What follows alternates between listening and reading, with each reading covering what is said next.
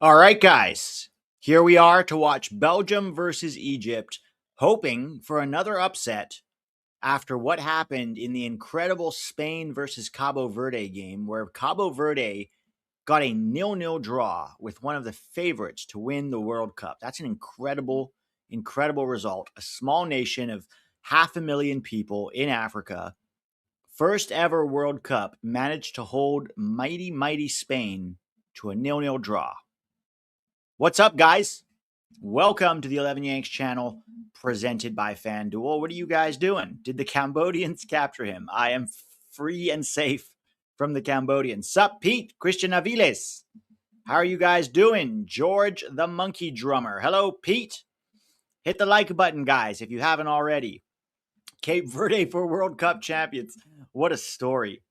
What a story. Cabo Verde must have Cambodian blood. This Cambodian lore is going to last a very long time.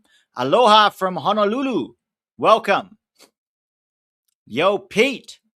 How are we feeling, guys? What do we think is going to happen in this game? Is there going to get another upset? Is Egypt going to be able to get something against Belgium? That's the big question. Belgium have a good mix of veterans and sort of younger players. Certainly interesting to see how they mesh. This Belgium team beat the U.S. 5-1 in March in a friendly. So let's see how this looks here today. Joshua Burkheiser says, love your content. Thank you, Joshua.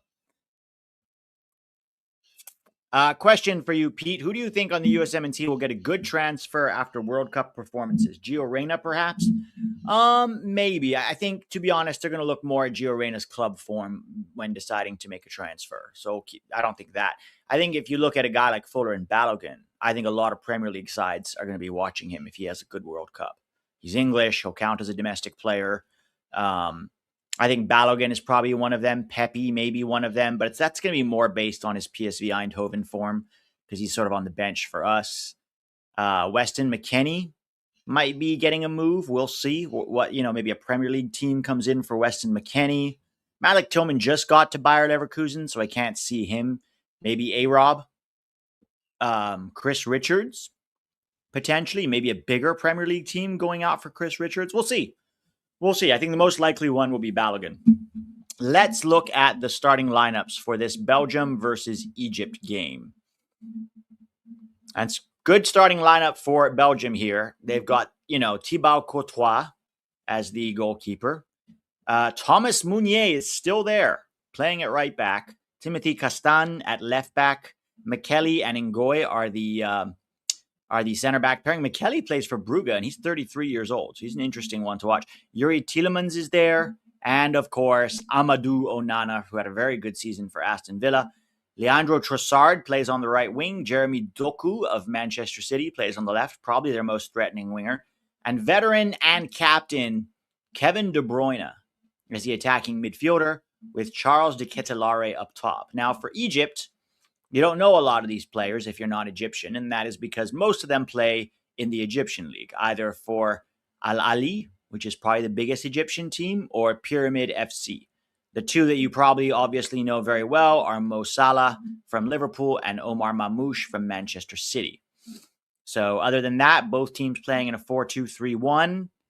They're doing the flags ceremony right now. On the bench for Belgium, you have Mike Penders, Sene Lamens, Arthur Thiat, Joaquin Seys, Coney de Winter, Maxim de Kuiper, Alexis Salemakers, Axel Witsel, Diego Moreira, Hans Vanaken, Nicolas Raskin, Dodi Lukebakio, Mateus Fernandez Pardo, and of course, the evergreen Romelu Lukaku, who is at 33 years old, probably playing his last World Cup. This will be the last World Cup for Mo Salah as well, very likely. For the Egyptian bench, you have Almadi Soliman, Mohamed Allah, Mohamed El Shenawi, Hossam Abel Magid, Karim Hafez, Mohamed Abdel Monem, Rami Rabia, Tarek Allah, Mahmoud Saber, Nabil Dunga, Haissem Hassan, Hamza Abdel Karim, Ibrahim Adel, Tregezzé. What? His name's just Tregezzé? Anybody who remembers David Tregezzé, the French striker, and Zizou, who also plays at Al Ahly. All right, so that is the Egyptian and the Belgium lineups, Ashur is one to watch. Good to know. Does any Egyptians in the chat or Egyptian fans know anything about these other players not named Mo Salah and Omar Mamouche? Trezeguet used to play for Villa. Pulley to Liverpool after the World Cup. I'm not sure Pulley can handle the pace of the Premier League, to be honest, anymore. Pete, what did you think of the Spain game? I missed it. Incredible performance from Cabo Verde. Oh, this is happening in Seattle. Yeah, it's the Seattle Stadium where the Sounders play. Roof's up. Roof's up. Let's see how this goes.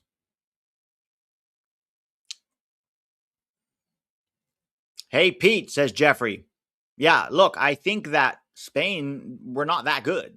I mean, credit to Cabo Verde. They played an incredible game. But Spain looked a little pedestrian without Lamine Yamal and what's his name? Dani Olmo. I mean, I know they both came on eventually. And even when they came on, they looked good to get into the final third, but it wasn't like the keeper made, 25 incredible saves, right? This game is also important because if we finish first and Belgium finish first, we may end up meeting Belgium in the round of 32.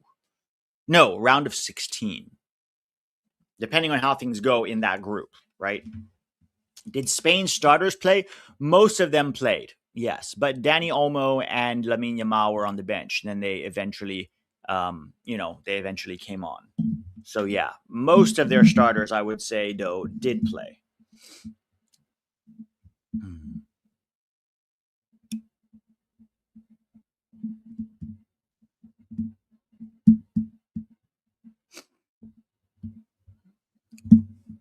Yeah, most of their starters definitely played. Oyarzabal, Gavi, Ferran, Rodri, Pedri, Lorente, Cucurella, Laporte, Cubarsi, Unai Simon. Yeah, it was pretty much all of the starters. Nico Williams is another one who didn't start. So basically, Dani Olmo, Nico Williams, and Lamine Yamal didn't start. Did you see that someone bet $1 million that Spain would win? Now he lost it all. How do you even bet that Spain would win? Because weren't the odds all in the favor of weren't they all in the favor of Cabo Verde? I mean, odds in the favor of Spain, but to make money, you'd have to bet on Cabo Verde. Spain not topping the group could be potentially really good for us. Yeah, it could be. But they may top the group still, right? It's an opening game. I'm sure Nico Williams will be back, and Lamine Yamal and Dani Olmo. I'm sure they will all be back for Saudi Arabia.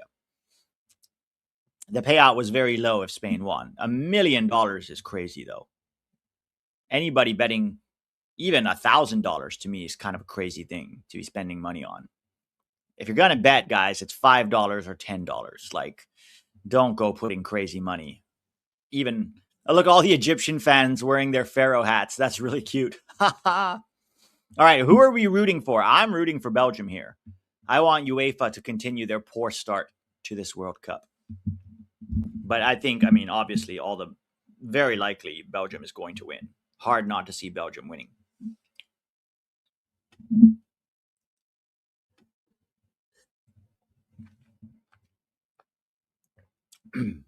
Argentina lost their opener last World Cup and still topped the group. Yeah. Spain is very likely still going to top this group, guys. I could easily see Spain getting 7 points. I'm rooting for Egypt. Someone's saying Belgium. Instead, use that money to give Super Chat to Pete, like $1,000 Super Chat. Please don't give me $1,000 Super Chat, guys. In this economy, save that money. I'll be very grateful. If you're a billionaire, if you're Elon Musk, and you give me $1,000 Super Chat, then you're kind of what we call in India a chintu. If you're a billionaire, you can afford more than $1,000 Super Chat. But if you're a regular working class person, please don't ever give me $1,000. I do not want you. Save that money for your kids, your wife, your college, your kids' college, rent. Please don't spend that kind of money. And definitely don't spend that on betting.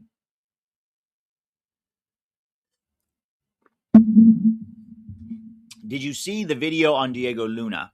Julian Vivas, I have not seen it yet, mostly because I've been very busy this World Cup. I have, a lot of stuff to cover. Like after I finish here today, as soon as this game is over, I'm going to go record for the Australia preview, the USA Australia preview. Got to edit that and release that first thing tomorrow morning. Sup, Pete, says J. Mike. Spain can't beat Haram Ball. They recently tied Iraq and Egypt too. Interesting. Very. Anybody watch Love on the Spectrum? Dylan? Interesting, per se. Cape Verde. How about $1,000 in Pokemon cards, Pete? That makes sense because Pokemon cards, from what I understand, and take this from someone who knows almost nothing about Pokemon. If you want Pokemon advice, talk to Tack. But as I understand it, they are getting more and more valuable over time. So it's kind of like an investment, US going to have to beat Haram Ball on Friday. Yeah, we are. That's going to be a fun game. I'm going to do a whole preview coming out tomorrow on the US versus Australia.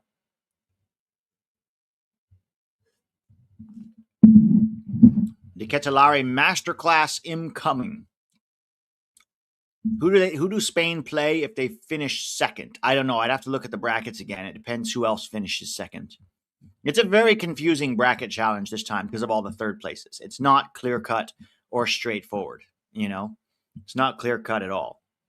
But I'm rooting for Egypt here today because not only would that be good for the U.S. in the long run, but also I love watching underdogs play. Underdogs do well.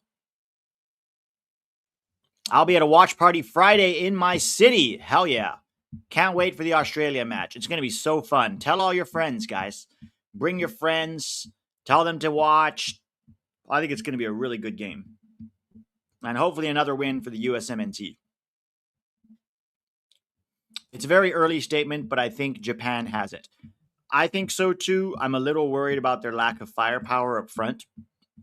With all of their missing attackers. And then now with Kubo potentially being injured, that's really bad for Japan. Game is about to kick off here.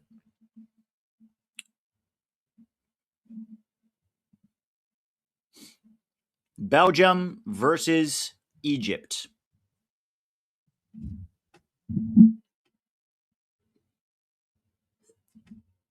All right, here goes Spain. Kickoff is there. Long ball. I don't know why it's not showing kickoff on FOTMob, though. That's weird. Is it kicked off for you? It's kicked off for me. Maybe I just should reload. Oh, yeah, it is showing now. Okay. 36, 37. Yeah.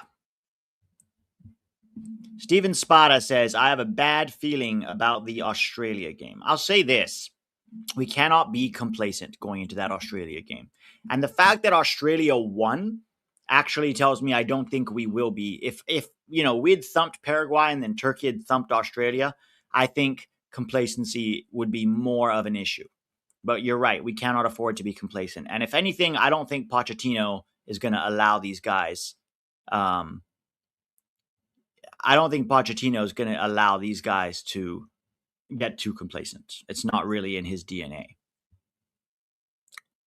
Australia's defense might be tough. Yes, but if we play the way we played against Paraguay with our off-ball movement and pressing them as soon as we lose the ball to win it back, I think we have a very good chance to do well.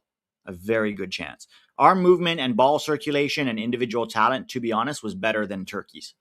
So I think Australia is going to be very incentivized because if they win, they pretty much could top the group, right? But even a draw is not a good result. We need to go out and win again. A draw is not the end of the world, but it leaves us needing to beat Turkey in the final game to top the group. And we don't want that. I hope Poch watched that game and has a game plan. I want to win that game so bad. I think he does. I think it's going to be very similar to how we played against Paraguay. Paraguay gave us a little bit too much space at times in dangerous areas. I don't think Australia is going to do that, so I don't think it's going to be a rout the way that we saw against Paraguay. Well, here comes long ball for Belgium. De Ketelalaere. Out. Goal kick for Egypt.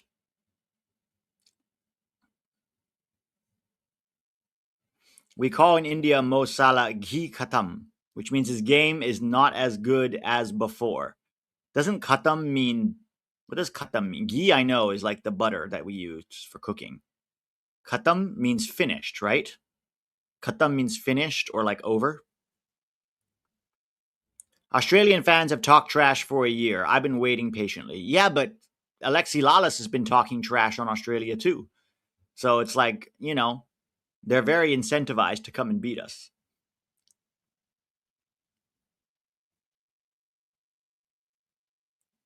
Belgium clear their lines. Egypt don't look too bad so far. Don't look too bad. The good thing about Egypt is a lot of these guys play on the same team. A lot of this, I think 6 out of this starting lineup play on Al Ali. So they'll know each other very well, be very familiar with each other's game. The Aussies were shitting on us before Lalas and Grella, but they've been saying some disgusting stuff lately, not gonna lie. Yes, khatam means finished. I remember khatam ho gaya. Khatam ho gaya. I don't claim the redhead fool. Yeah, none of us do. But from their perspective, they're like, oh, that's an American commentator shitting all over Australia.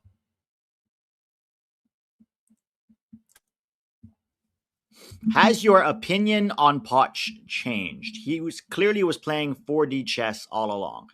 I'm going to reserve, it's a very encouraging start, but I think Poch will be judged after the World Cup, right? We have to see how far this team goes and how we play.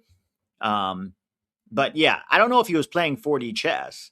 It's just that he finally played all of his starters in an actual game and didn't do 11 substitutions and bring on Roldan and Miles Robinson and all these trash players. So I think that's what a lot of us had been asking for before, right? Just give us our starting lineup so they can mesh well together. That's what we wanted to see. And when we did, look at the performance that we put out. But definitely a very encouraging start to the World Cup and also very encouraging friendlies before the World Cup. But, let's not celebrate too early or crown Poch king yet. This team has won one game. We have a long way to go in this World Cup to have a successful World Cup. And our defensive issues are still a problem. Honestly, Egypt looks pretty good so far. They look like the team that wants to have the ball. And Belgium are the ones kind of sitting back. Did you see Amorim is most likely Milan's new coach? That's what I heard. We'll see. I think that'll be very interesting because, Pochettino, if there's not another good club option, I think he's going to go back to Tottenham. That's what I think. I think they're going to beg Pochettino to come back to Tottenham. And that's going to be very interesting. I don't think Paraguay was ready for the MLS Avengers. Which MLS Avengers? 9 out of our starting 11 were played in Europe. Only Matt Freese and Tim Ream played in MLS. And only one substitute, Sebastian Berhalter, played in MLS. Oh, wait. Did they already sign De Zerbi? No, De Zerbi, but is De Zerbi staying? Did he get a long-term contract? I thought he was just there until the end of the season. Here comes Belgium. Oh, shot blocked. Thomas Meunier in the big 26. Yeah, that's kind of crazy. They've got some good young players, but they're still relying quite heavily on guys like, Thomas Meunier, Leandro Trossard, Kevin De Bruyne. Oh, he signed for 6 years? Oh, okay. Well, then. Ooh, shot from Kevin De Bruyne. Wide. Well, then he can't go to Tottenham then if De Zerbi's there. And if Ruben Amorim takes the Milan job, what jobs are going to be available for Poch? If he has a World Cup, a good World Cup, and he doesn't have a good club offer, is there a chance he could stay? It'd be interesting to monitor.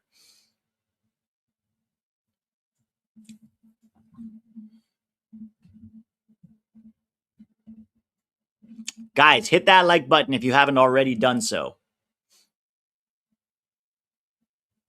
Free kick, Omar Marmoush fouled along the halfway line. Free kick for Egypt. Poch should coach Inter Miami. Oh, God, no. Poch is not going to take an MLS job. Argentina? Ooh, that's true. If Argentina don't do well, or even if they do well, Scaloni could be leaving. I think Poch would take that job in a heartbeat.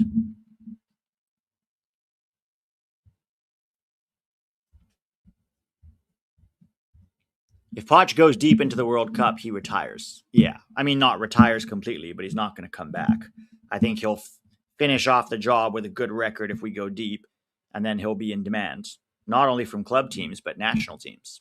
He could take another big international job, right? What if Portugal moves on from what's his name? Egypt are passing the ball really nicely. England, watch England try to get Poch. You don't think Argentina would give Poch the job? Keyshawn, why not? Scaloni will be out. Yeah, I think that's probably the one that Poch wants. I mean, coaching Argentina, his home country. Roberto Martinez. Yeah, if Portugal decides to move on from Roberto Martinez, or England decides to move on from Thomas Tuchel, it could be interesting. France, maybe? I don't think Pochettino wants to coach France.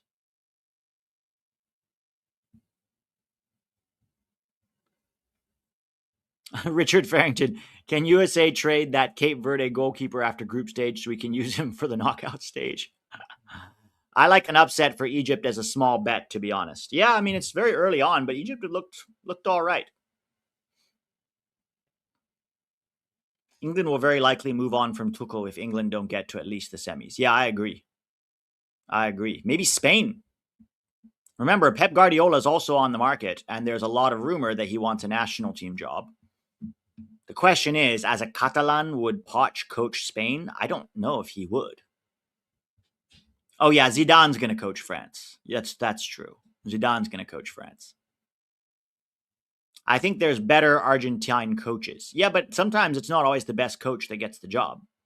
Who do you think would get the job when they move on from Scaloni?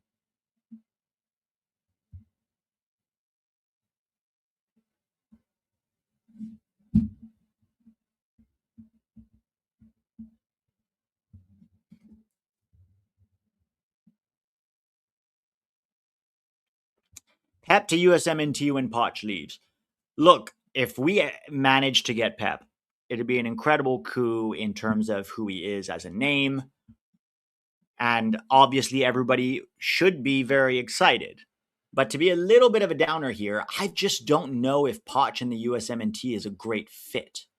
Like, Poch he needs lots of time with his players. In fact, I don't think, not Poch, Guardiola. I don't think Guardiola in the USMNT is necessarily a great fit. Oh, here comes Doku down the left. He needs lots of time with his players. Lots of time. He's a bit of a control freak. And I just don't know if that really suits any national team job. Right? Can he adapt? Also, Guardiola has always taken teams with huge budgets, can sign whoever he wants, and done mostly very well with those teams. But we've never seen Guardiola with an underdog, with, having to make do with the player pool that he has available. Now, don't get me wrong, our player pool is going to be even better in the 2030 cycle as Kevin Sullivan, as Matisse Albert, Xavier Gosso, Adri Mehmeti, Julian Hall, Snyder Brunel, guys like that matriculate into the first team. I think we're going to be even deeper, especially in an attacking sense.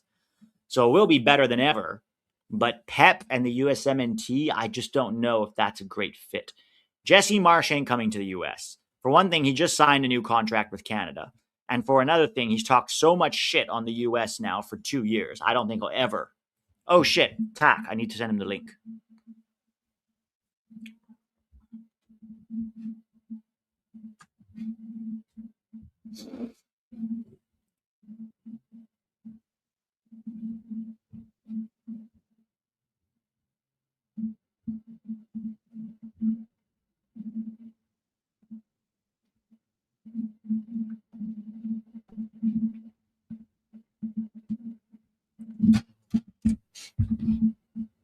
All right, Tack, I sent you the link on Twitter.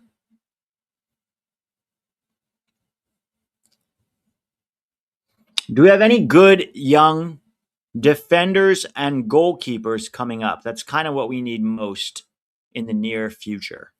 Yeah, we do. Some of them are very, very young, though. Andre Kurila, Ian James, Josh Winder, Ethan Kohler. Those are the 4 that come to mind. Maybe Ramiz Hamuda, depending on how things go at Werder Bremen. Christopher Cupps, if he can ever get back into the Chicago Fire first team. Oh, that's going to be a yellow. First yellow of the game. Atia with the yellow. Am I mute? Am I muted? I don't think so. Hey, Tack. Hey, no, I missed Can the you hear first me? like 7 minutes of the game, but I don't think Belgium did much so far. Yeah. Can you hear me? I can hear you. Yeah, Oh, okay. Some people are saying I'm muted. I think they're messing with you.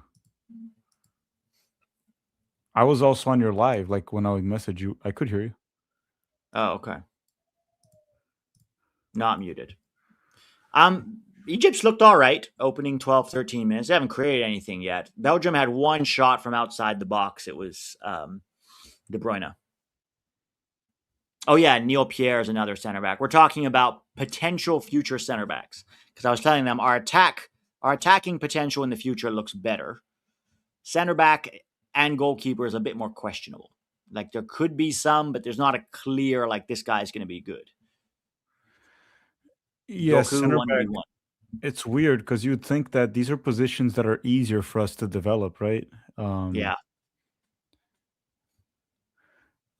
so Belgium doesn't have a center forward. They're playing with Charles de Ketelalaere as the as nine. the striker. Yeah, and And Lukaku's on the bench. yeah, But also, they're really still relying quite heavily on a lot of these veterans. Leandro Trossard, Thomas Meunier, um, the what's the defender's name? Who's like playing in Brugge now? He's like in his 30s. Meunier. Brandon Michele, right? And then obviously Courtois is still a very good goalkeeper, but he's 34, which I guess is not too old for a keeper. I forgot Tielemans still existed. Yeah, Tielemans is there. The game starts when? The game's already on. It's right here on VOTMob. We're in the Yeah, 15th minute. the thing with Belgium is that they still have Courtois on goal. This guy can win you a game on his Yeah, own. De Bruyne, it's like one moment that you leave him open and you're screwed. Doku can yeah, do some damage on 1v1s. And then you have a yes, lot of good role players like Decatalier, Trossard, Onana, Tillmans. These are all good players that are for like later on stages that I'm talking. Like obviously they wouldn't be role players for most countries, but in no, Belgium's case. yeah.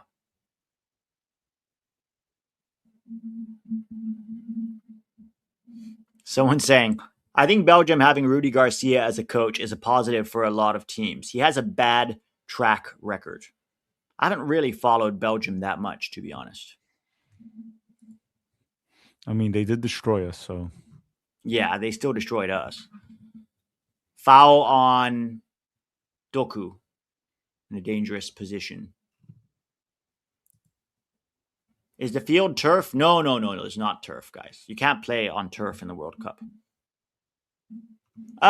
Spicy Jeff.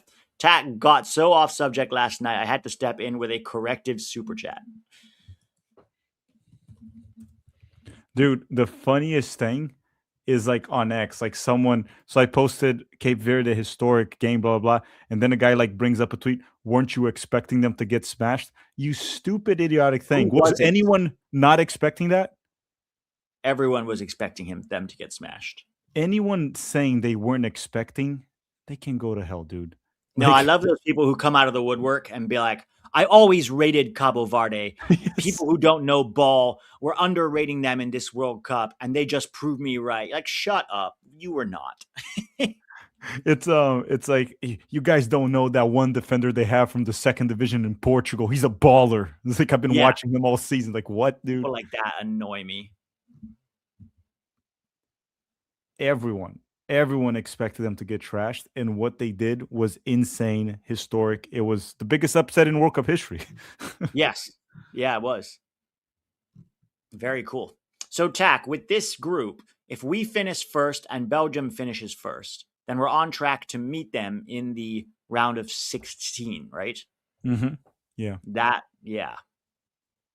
I would love to beat this Belgium side. That would be so nice.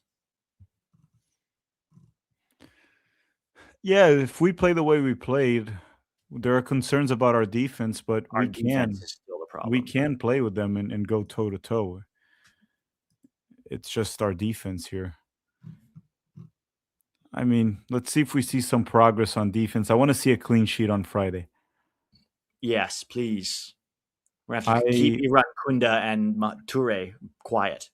Yeah, I wouldn't mind like a 1-0 win because it's going to be hard to score on Australia. That's one thing. So if we can at least get a goal, breaking that low Yes. block that they have, and not concede, I Yeah. know some people are going to be expecting, why aren't we scoring 4 again? It's like, I'm not expecting 4 goals.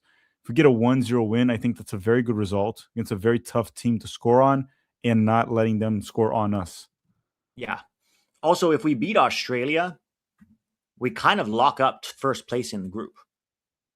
Like not locked, but it's like 90% locked. No, we could lock it. If Paraguay, whoever wins between Paraguay and Turkey, then they'll have 3. Australia will have 3, and we'll have 6. But they could So also let's say tie. Turkey wins. Let's say Turkey wins, they'll have 3. But our goal difference will be superior. So even a draw against Turkey. No. Yeah, even a draw against Turkey would confirm first in the group. Yeah, and if we lose, we still have the best goal differential as of now. Yes. And if we beat Australia, it'll be a big gap. Even if we win 1-0, our goal differential will be +4. Paraguay's is -3. Turkey's is -2. Australia's would be +1. So what we want is a narrow Paraguay win against Turkey.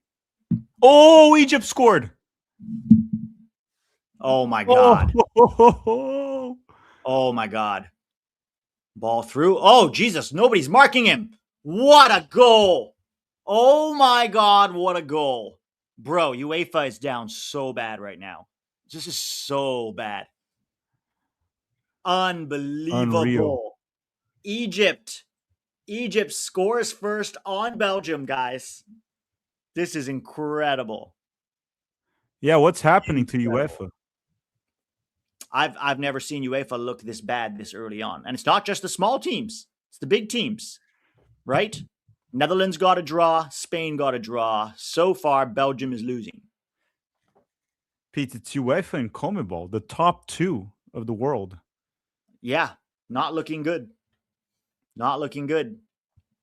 Meanwhile, Africa and Asia have been most impressive, especially Asia. Africa, it's been a mixed bag. Tunisia and South Africa bring Africa down a little bit. And Curacao brings CONCACAF down. Other than that, CONCACAF's done pretty okay too.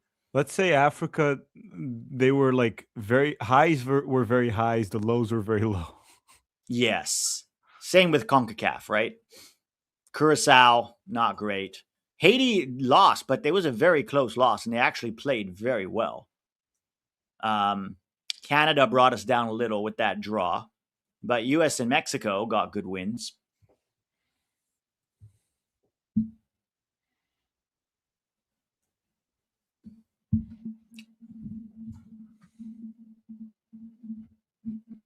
All right, Belgium should be 2 separate countries, half French, half Dutch.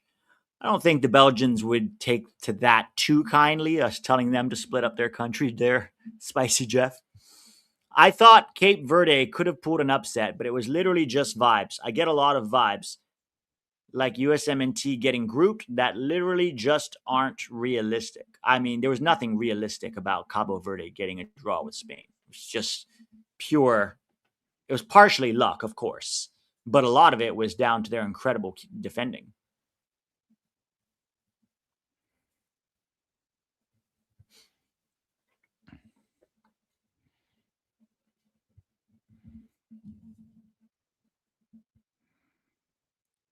Doku 1v1 here. Belgium is... Dang.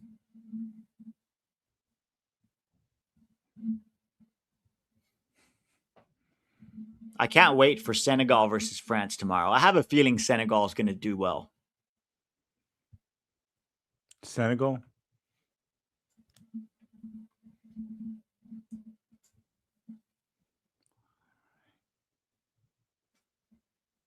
All right, time for the break, hydration break. Commercial break. Commercial break on Fox. Hydration break on Telemundo. Actually, that's true, Pete. There's half French and half Dutch. Sure.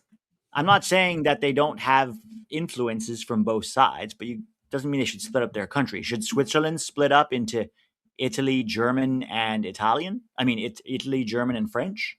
No, it's a country. It's been a country for a long time. Because if you do it that way, how do you split up the USA? How do you split up Los Angeles? I mean, Florida, you can already split in a bunch too. Yeah. Well, at least Wednesday, UEFA can get a point in the England/Croatia game. Exactly. They both get no points. It's like, what? Someone was saying there should be a rule that if it's a 0-0 draw, neither team gets points. I'm like, hell no. I'm no. somewhat okay with that because you want to promote Then goal. Cabo Verde doesn't get a point. Neither does Spain. Yeah, but I think it takes away from a very important part of the game, which is defending. So the thing is, that's probably a very American thing to say and think. But if you look at American sports, you don't really make decisions prioritizing defense. It's more about scoring. Yeah, because they're all commercialized, right? They want, fans get excited when they see a goal or a point or a touchdown. Although, to be honest, I love when like NFL fans are like, your games are so low scoring. And it's like, yeah, you won 14-7. That's a 2-1 win in soccer.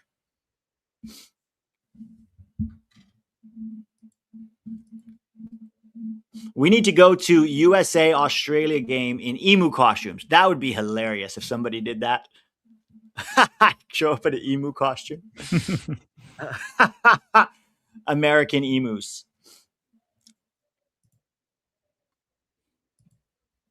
Imagine those at TAC. Did you see this? Apparently, Diego Luna, I have not seen the video, but people were talking about it yesterday. He went on some podcast, and apparently, I have not seen this, okay? But Julian Vivas was telling me about it.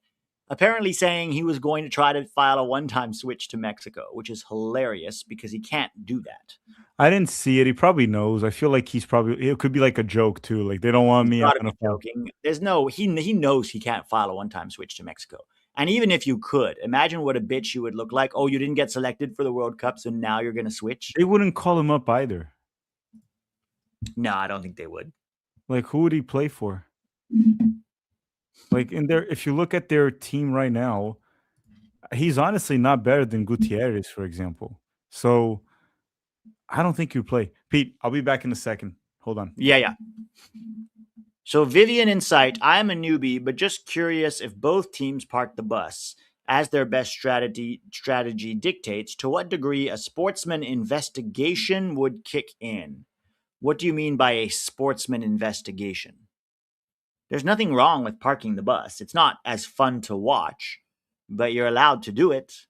So wait, just tell me what you mean, Vivian, and welcome. If you're a newbie, that's okay. Like, no problem. It's good to ask questions and, learn the game. So just let me know what you mean by a sportsman investigation so I can answer your question a little bit better.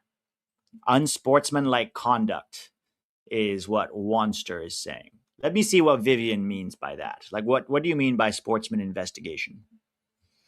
All right, Belgium having a lot of the ball here.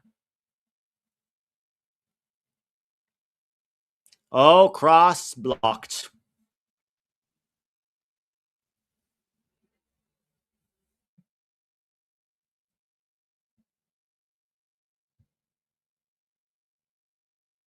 Foul. No, ref says play on. Egypt.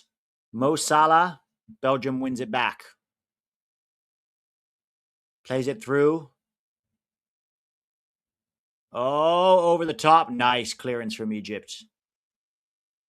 Yes, unsportsmanlike conduct. What, Vivian, there's nothing wrong with parking the bus. There's nothing against that. In fact, that's how Cabo Verde got their point against Spain today.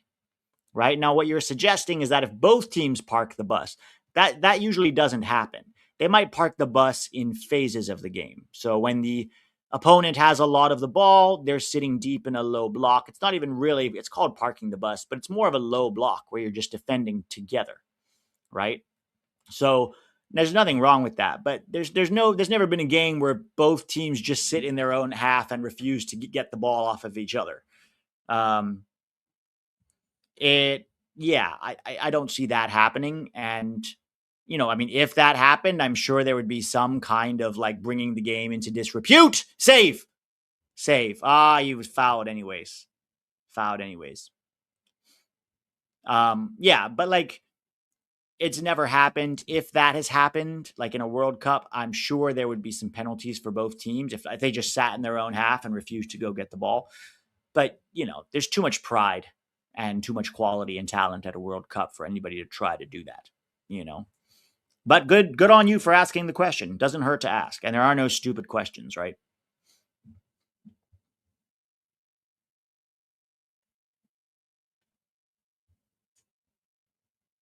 Egypt, not an upset. Good team, Egypt. I mean, it would be an upset for sure. If they win here, it would definitely be an upset. But there's still lots of the game left to go. Only about 30 minutes in. Someone's saying it did happen at the 1982 World Cup. But did they decide to draw the game? Or is that the same thing as, both teams just sitting back and nobody getting the ball and the ball's just sitting in the middle of the field? I don't think that's what happened. That's fixing a result. Yeah, if they're fixing the result, that's a different story. But both teams, Vivian's question was about if both teams bunker, which is literally impossible to do because if you are bunkering, by definition, the opponent is attacking you. Belgium is Doku and Inshallah. I mean, and De Bruyne. There's a lot of good players there, but it has not really clicked for Belgium so far, and Egypt are looking pretty good.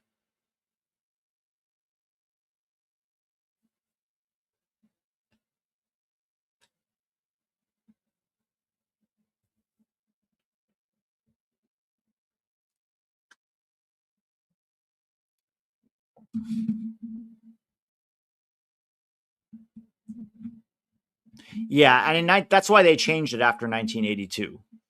They changed it after 1982, and now the third game in the group, they have to play at the same time. So, like, for example, while the USMNT plays Turkey, Australia will play Paraguay simultaneously to avoid the result going, well, if we do this, based on what the opponents that already played, if we do this, then both of us go through, right?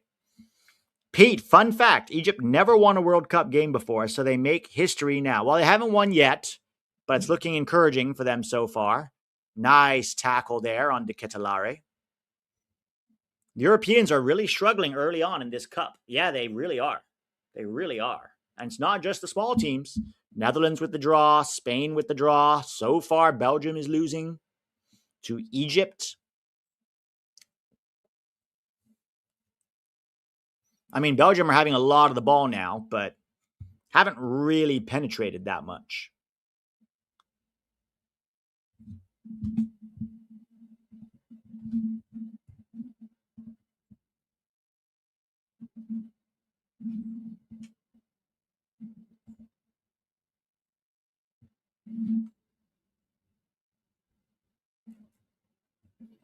All right. Hold fast, guys. I'm going to be right back. Well, let me read this one first. European Hate Watch yesterday took a hit. The boat was rocked with Sweden, Tunisia. But today we're back in it. Hashtag UEFA Fraud Watch. This is the World Cup, not Euros, featuring Argentina and Brazil. Hold. Exactly. And a lot of the European fans have been so whiny about everything, complaining about everything under the sun. And it's like, guys, chill. I saw somebody on Twitter saying that the time zones should be adapted to Europe because that's where all the viewers are. Absolutely crazy. Absolutely crazy. African teams are mostly looking good, not Algeria or South Africa, but Ivory Coast and Morocco looking very good. And so far, Egypt looking good too. Africa looking incredible this cup, and I love it. Yeah, it's great to see. Ivory Coast, Morocco, and Egypt carrying Africa, while Tunisia and South Africa and not so much. I can't wait to see Senegal tomorrow. If Senegal gets a point off France even, that'd be very cool.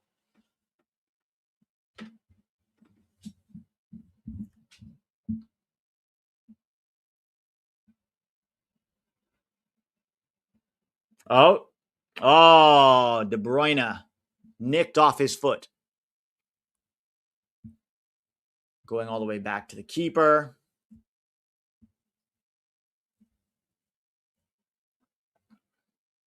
Long ball from Belgium. Egypt win it back. Oh, tax back. Egypt Tack, almost scored again. 2 minutes here. They almost scored again. I know. Egypt are looking good. Oh my God. Good save.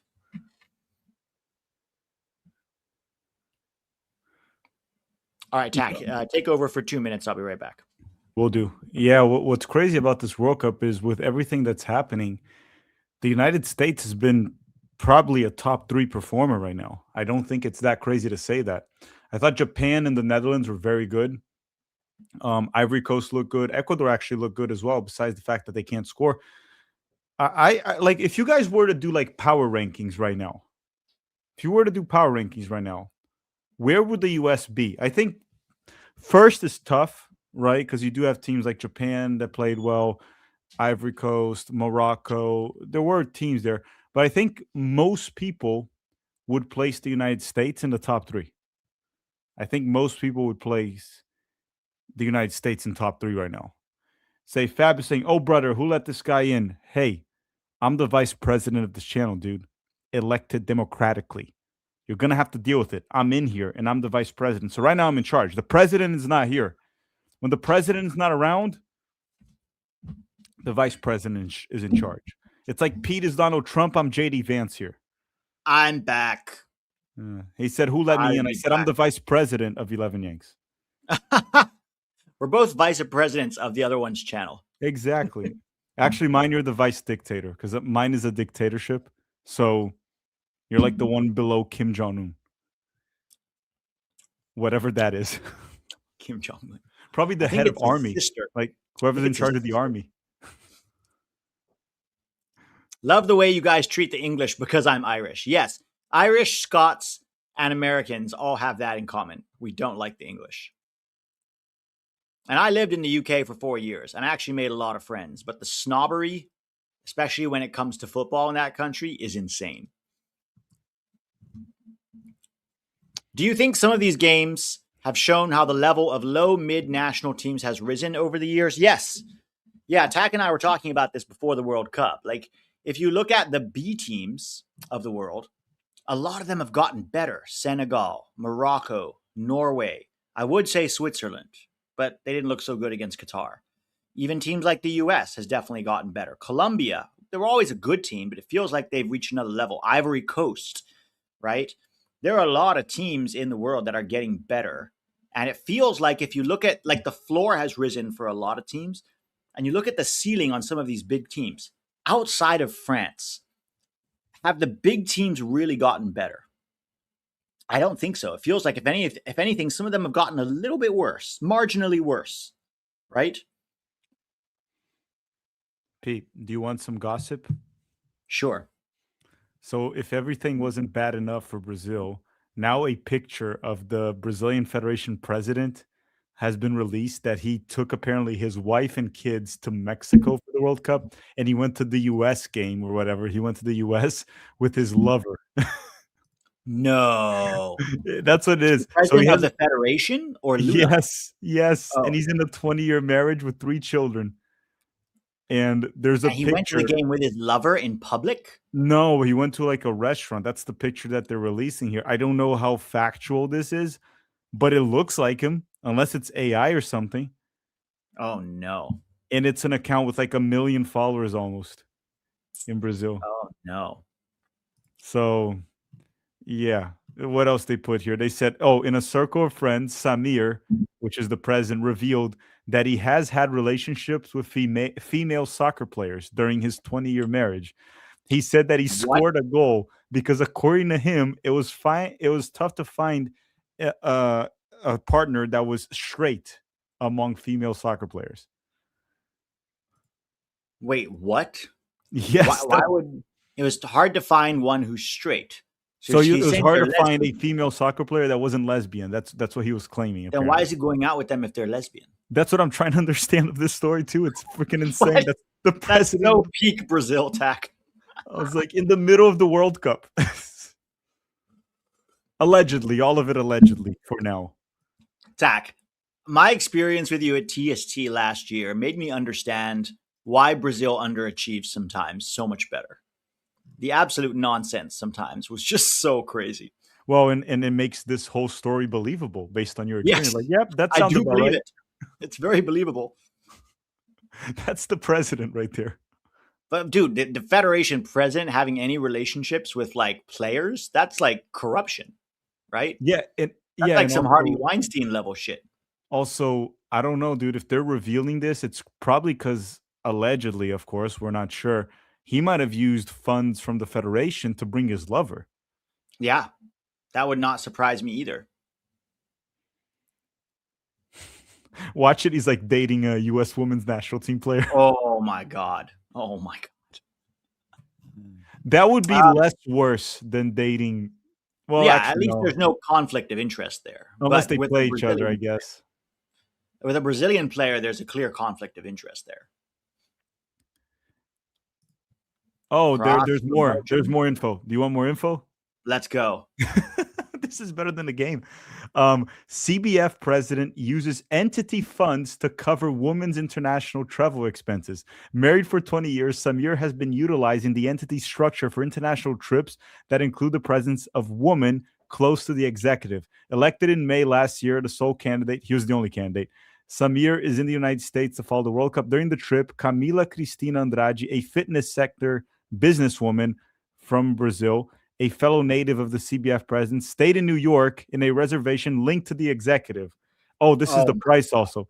She was hosted between June 2nd to June 10th. So what's that, like 8 nights? At Grand Central Hyatt Regency. And the total bill was $11,000. That's expensive. yeah, it's over $1,000 a night. But it's New Yes. York during the World Cup. I'm not surprised by that. And it's Boy, not his money. So and it's not his money, it's Federation money. And he's married with kids. apparently there was something also in Doha, so in Qatar. Wow. Oh, so not in the World Cup, but when Flamengo played there, apparently, against PSG last year. And this is from Leo Diaz. Oh, dude, this is a journalist with 2 million followers in Brazil reporting this. It's probably not a lie. Wow. Wow. Not great look for Brazil. Imagine if JT Batson did that. Like JT Batson was dating Megan Rapinoe. Could never happen, but But not even that, having an affair with her. It's not even yes. that he's dating, right? He's like has a 20-year marriage and he's having an affair. Because dating, it would bring up the whole conflict of interest, right? But for example, if it's a player like Rapino that during her prime, she was like there was no conflict of interest. She should be playing for the women's national team in her prime.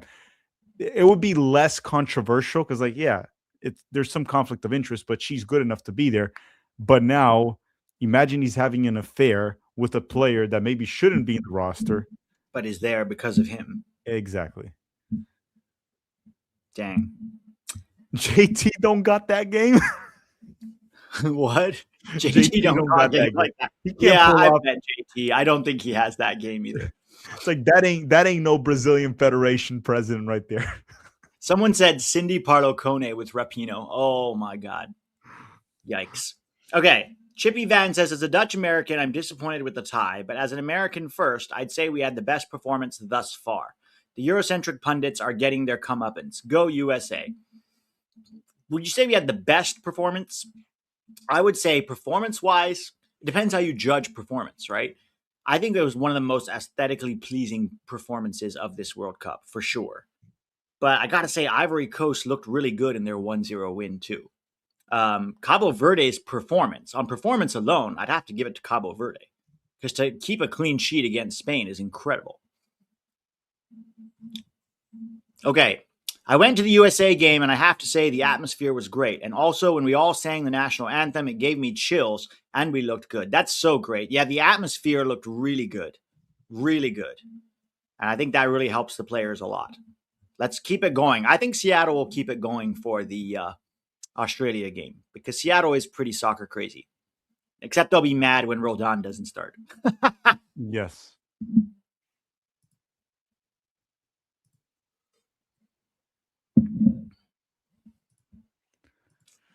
Still 1-0 Egypt, and I haven't seen anything from Belgium. No, I've seen nothing from Belgium. Nothing at all.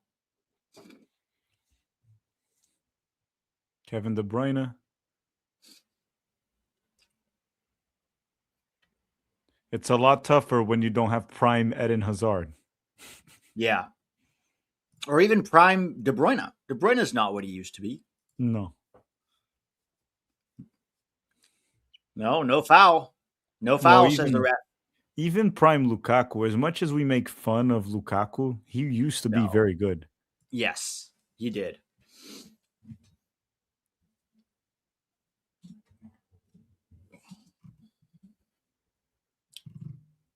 It's so fun watching these like underrated teams perform well at this World Cup. Like they're saying this World Cup might be remembered for these very incredible upsets. Because look, we all know very likely somebody who's won it before is going to win it again.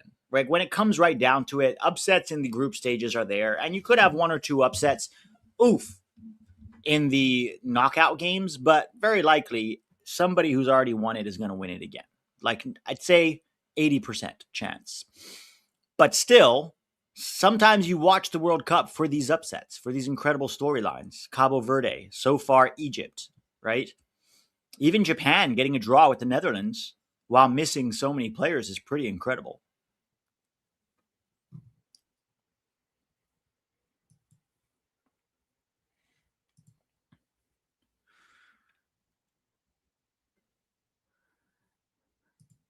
Yeah, this Egypt might having the ball in good spells too, just playing keep away from Spain. From Belgium. If things continue to go this way, I might become a little delusional with the United States.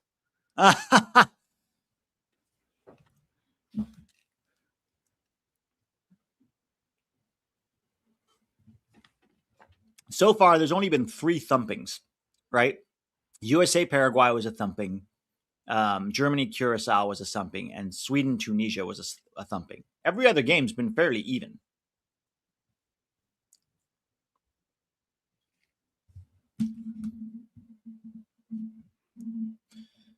Okay, Mex Boy says, is the U.S. young generations as good as the current team? It's hard to judge young generations, right?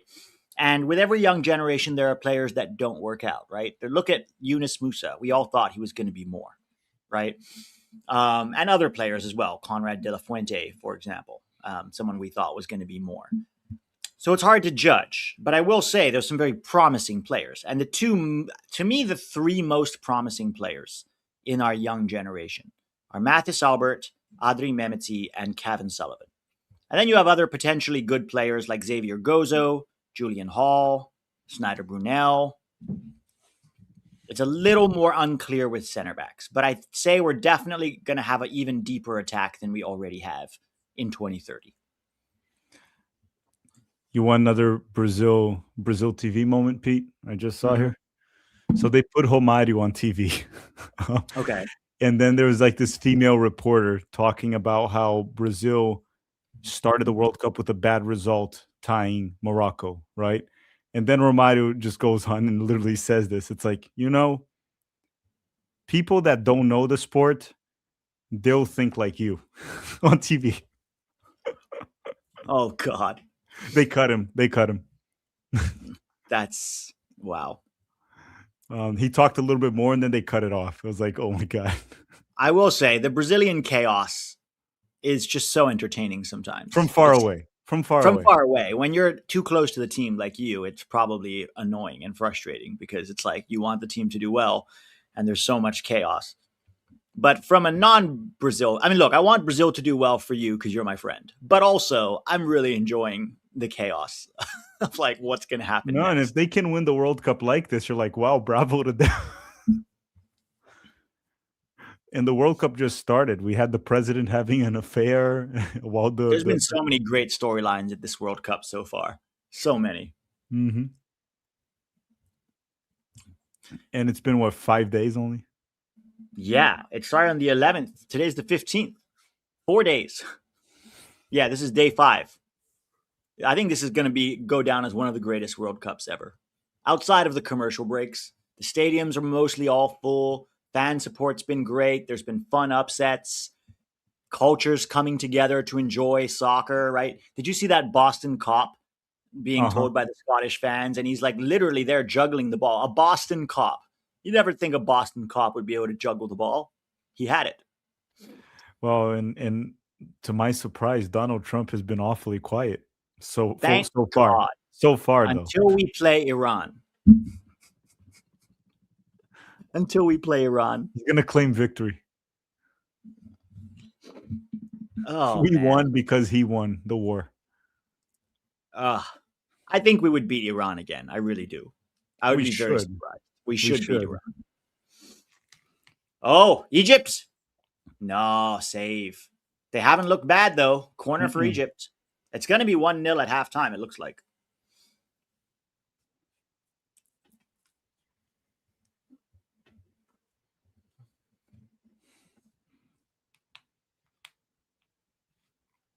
Man, imagine if Egypt scores again.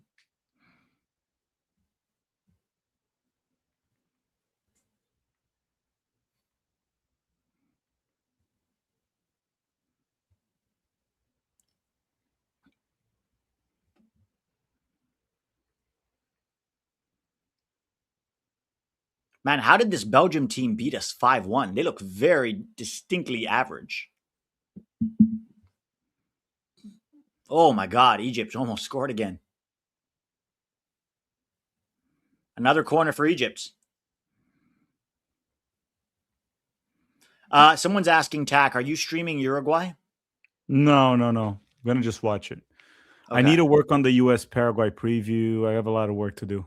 Yeah, same. As soon as this is over, I'm doing the U.S. Australia preview. But I'll keep an eye on it for sure. All right, corner for Egypt. Oh my God. Courtois came out to punch it and completely fluffed it. Halftime.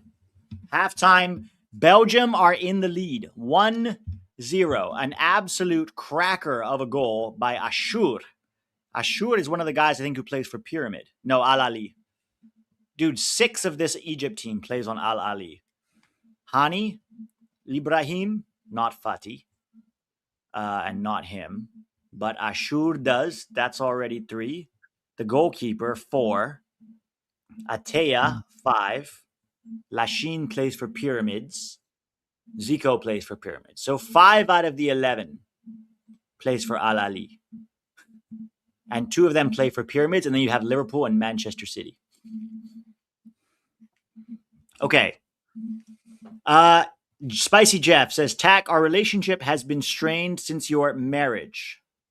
We never had a relationship. Yeah, Jeff, this is an imaginary relationship here. Pete, what other crazy things happened in this World Cup so far? I'm trying to get this tweet out. It's like a German go viral for loving the U.S., the Brazilian Federation allegedly having an affair, Cape Verde tied Spain, a duck dressed as a Mexico fan. What else happened? The USA looking like prime Brazil out of nowhere. That's also very odd. Wasn't there a game where there were like 2 porn actresses in this? No, that was AI, dude. That was AI. Oh, that was AI. Someone put that up there, but it wasn't. It was like 2 porn stars, and it was like when you looked at it, it was like, oh no, that's AI. Cambodia shitting on the. People won't get that reference on Twitter. That's a YouTube reference only, guys. Tunisia fired their coach after 1 game. Yeah, Koreans and Mexicans becoming like best friends. Mm-hmm. England had its kit stolen. That's a good one from the chat. Mm-hmm. Lawrence, Kansas, falling in love with Algeria.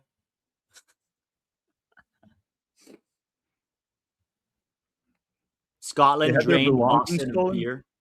Huh? They had their belongings stolen, England? Yeah, apparently some stuff was stolen from their bus.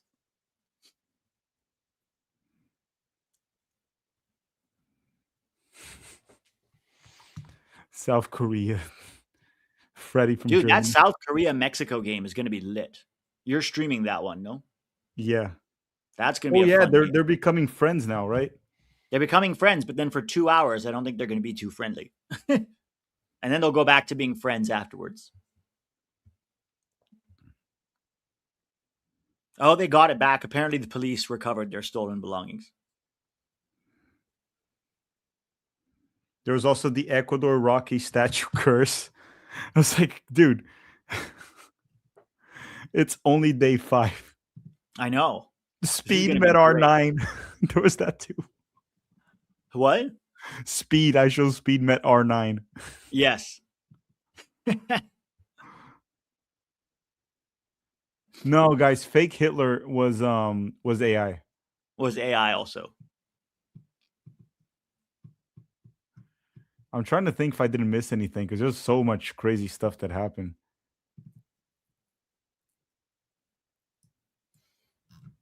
Tack P2. What do you think are the chances Canarinha win the World Cup with this squad? What's Canarinha Kanani is a nickname to for Brazil? Brazil's nickname.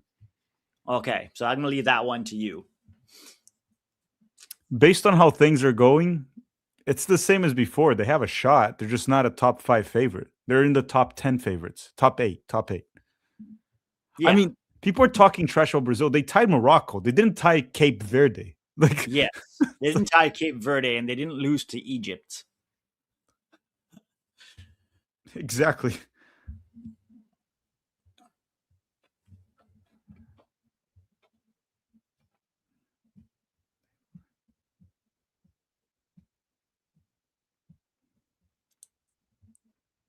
Dude, the stories happening at this World Cup is hilarious. Yeah, it really is.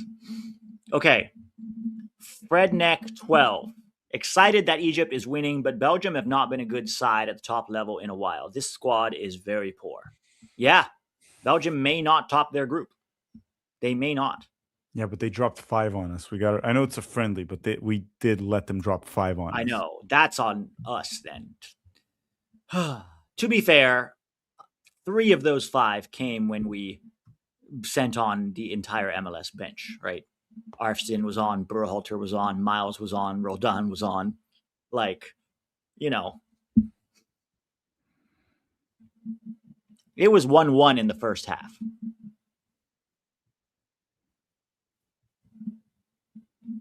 Yeah, this is cool though. I mean, these storylines are incredible.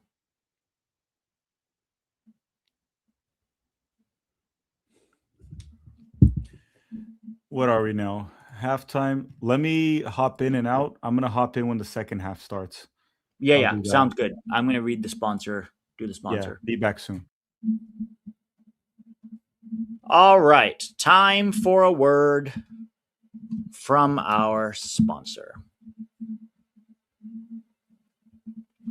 FanDuel is a sponsor of the channel, and World Cup odds are very interesting. Let's see here. What was the World Cup odds on? Oh, they're not showing the previous odds. Okay.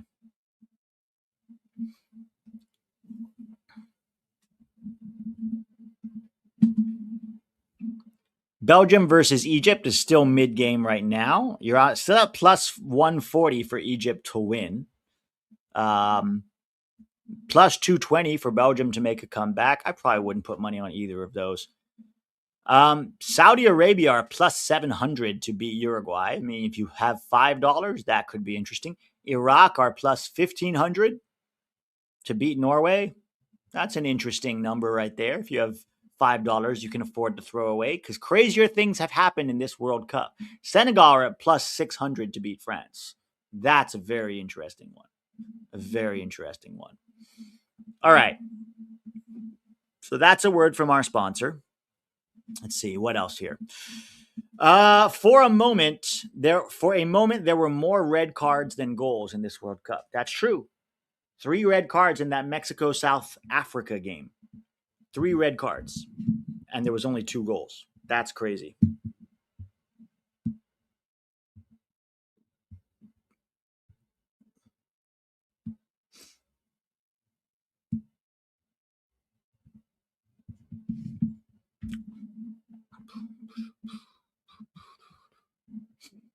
Yeah, Sithole getting sent off. Damn, if Belgium loses, we have a real chance to make a run if we top our group. That would be incredible. But look, if Egypt managed to beat Belgium, then you can't underestimate them either. Because Egypt can also be very dangerous, right?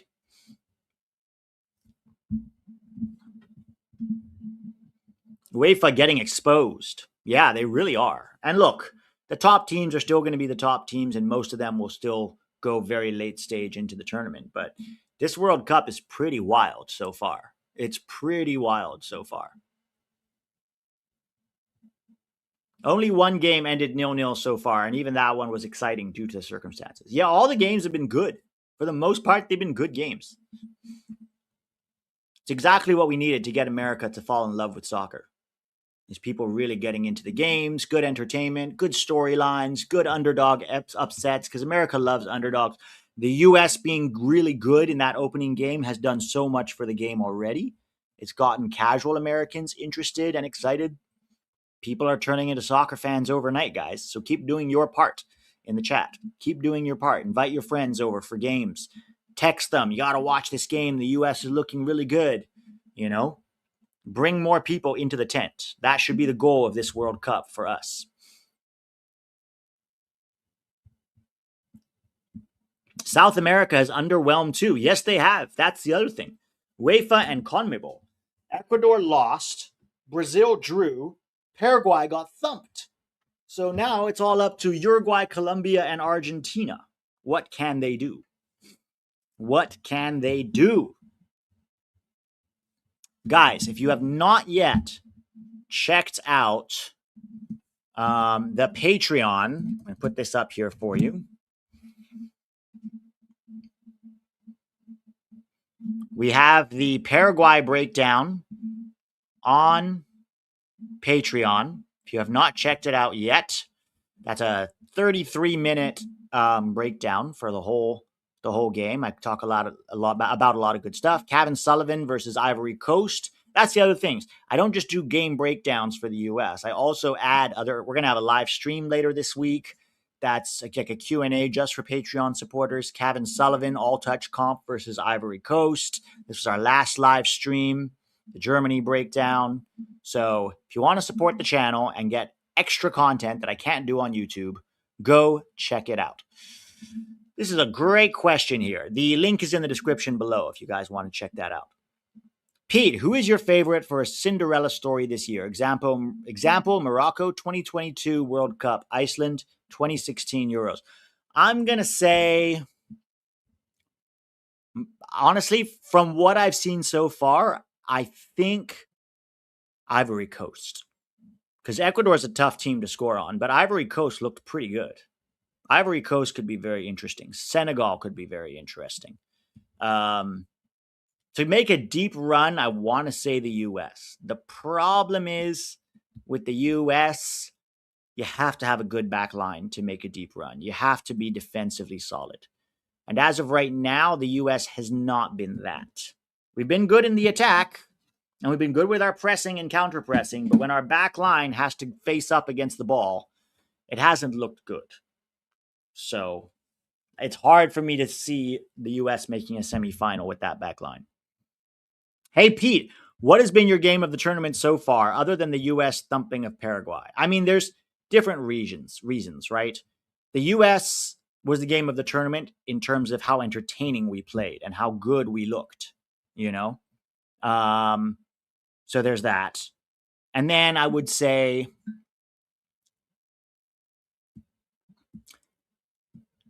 for vibes, Cabo Verde getting a draw against Spain is very hard to ignore. Japan, Netherlands was pretty cool too. 2-2 draw, a lot of quality on both sides, very even. That was kind of cool to see. But I think game of the tournament has to be Spain versus Cabo Verde. Australia, Turkey was another good shout for sure, just because of how well Australia played the Haram ball and how frustrated Turkey got. So I think those would be my top four. Been following the USMNT since 2002. Wow. And I found you and TAC around 2023. Wild journey to get here from all the ups and downs. Been putting my family onto your channel and getting casuals to watch, LOL, or to watch too. Thank you, Joseph. I appreciate that. And I'm glad you found us and that you can be part of this community. And guys, Joseph is doing what all of you should be doing. Find your friends. Tell your friends. Even if they don't know soccer at all, right? Whatever sports ball they're into, be like, come on, you got to watch the US. We're going to be really good this year. We might not win, but we're going to be entertaining. We're going to play attacking soccer. We've got a lot of good players. And if you don't know much about the game, check out 11 Yanks and Tactical Manager TV. We can bring more people into the tent for sure. Thank you, Joseph. Doing good work. Does Julian Hall have any interest from Europe? Not that I know of, but he's in the Red Bull system. So I imagine maybe a Red Bull Salzburg could be interested in him at the end of the season. Possibly Leipzig down the line. I think Mehmeti is going to go to Leipzig. Not yet, because he's only 17, but maybe when he turns 18. Like maybe next summer, Mehmeti will go to Leipzig. Should we go big against Australia and risk Adams missing Turkey? Yeah, we have to. You cannot take Australia lightly. Besides, if we beat Australia, we're very likely topping the group, right? Like that is the game to go out and win. You just have to be careful and make sure Adams doesn't get a yellow card. He has to be careful about that because if he gets a yellow card, then he'll miss the other game. So yeah, I would say definitely getting the win against Australia because then we would have 6. And then if Paraguay beats Turkey with a very low scoreline, they would have 3. Turkey would have 0. And Australia would have 3. We would have 6. We would have the best goal difference. So we would definitely top the group with a draw against Turkey. And even if we lost to Turkey by a narrow scoreline, we probably would still top the group.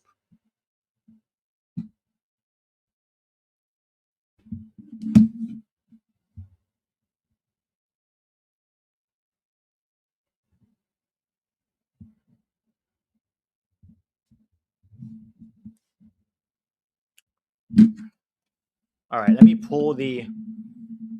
Yeah, first goal Friday means everything. That's exactly it. We cannot let Australia score first because then they're going to play haram ball for 90 minutes. They might play haram ball for 90 minutes regardless because remember, they got to win against Turkey. 4 points pretty much qualifies them from the group.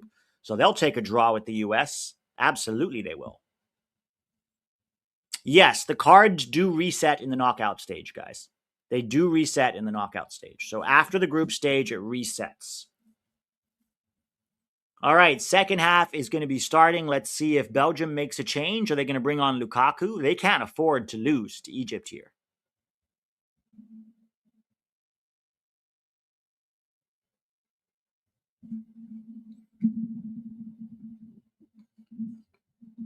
Pete, what do you think is the most shocking underdog story in soccer history? Leicester winning Prem, Greece winning Euros, Porto winning Champions League. I would say Leicester winning the Prem because knockouts, it's easier for an underdog in a knockout game, right? Because it's short tournaments, it's, win or go home, 1 or 2 games.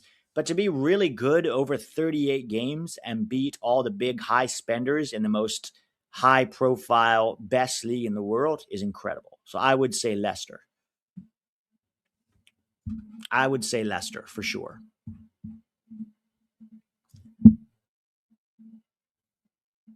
All right, Egypt coming back out onto the field with a 1-0 win at halftime over Belgium. It's not looking good for UEFA, guys. You think Iran are favorites against New Zealand? Yes. I mean, I think they have definitely a better team, for sure. Yes, I would say they are favorites. They've got the better team. But as we're learning, anything can happen in this World Cup. Imagine Saudi Arabia loses against Uruguay. I mean, that's very possible. Uruguay are the better team, for sure. I think it's very possible that Saudi Arabia is going to lose to Uruguay. They might not, but it wouldn't surprise anybody. Pete Sakalamota. What does Sakalamota mean? First tiebreaker is head-to-head, not goal differential. Ooh, that's interesting. All right, Tack is back here. Second half. Second half, kicking off.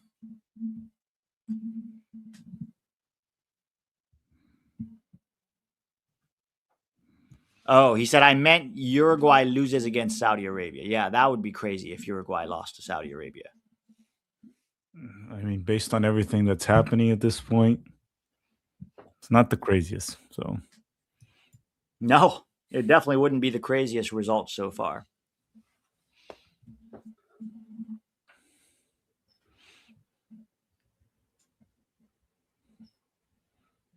where is this game being played? This is in Seattle, same place the US is going to play Australia. Okay.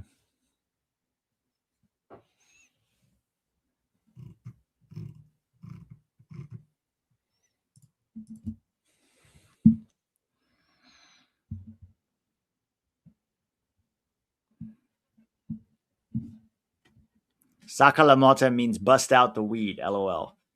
Yeah, not really.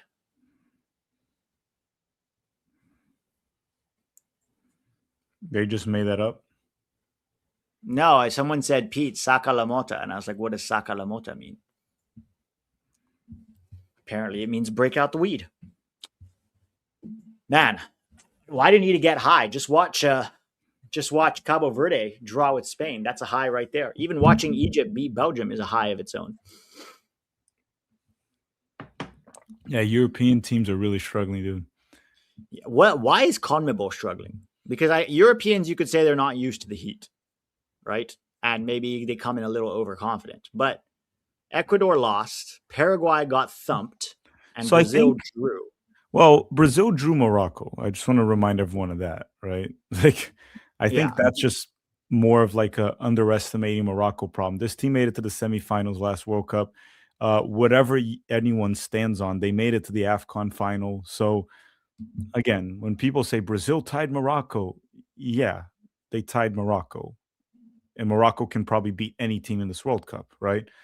Paraguay struggled for sure. Were destroyed by the US. They're the worst of the South. Ecuador didn't play bad. They just couldn't finish. They actually had more chances against a very good team. So Yeah. I think more of like struggle to me is like Europe, because tying Cape Verde, there's no excuse. Also, Brazil beat Egypt before the World Cup. So these results, like tying, dude, Oh, Egypt almost scored again. Oh my God. Switzerland tied Qatar.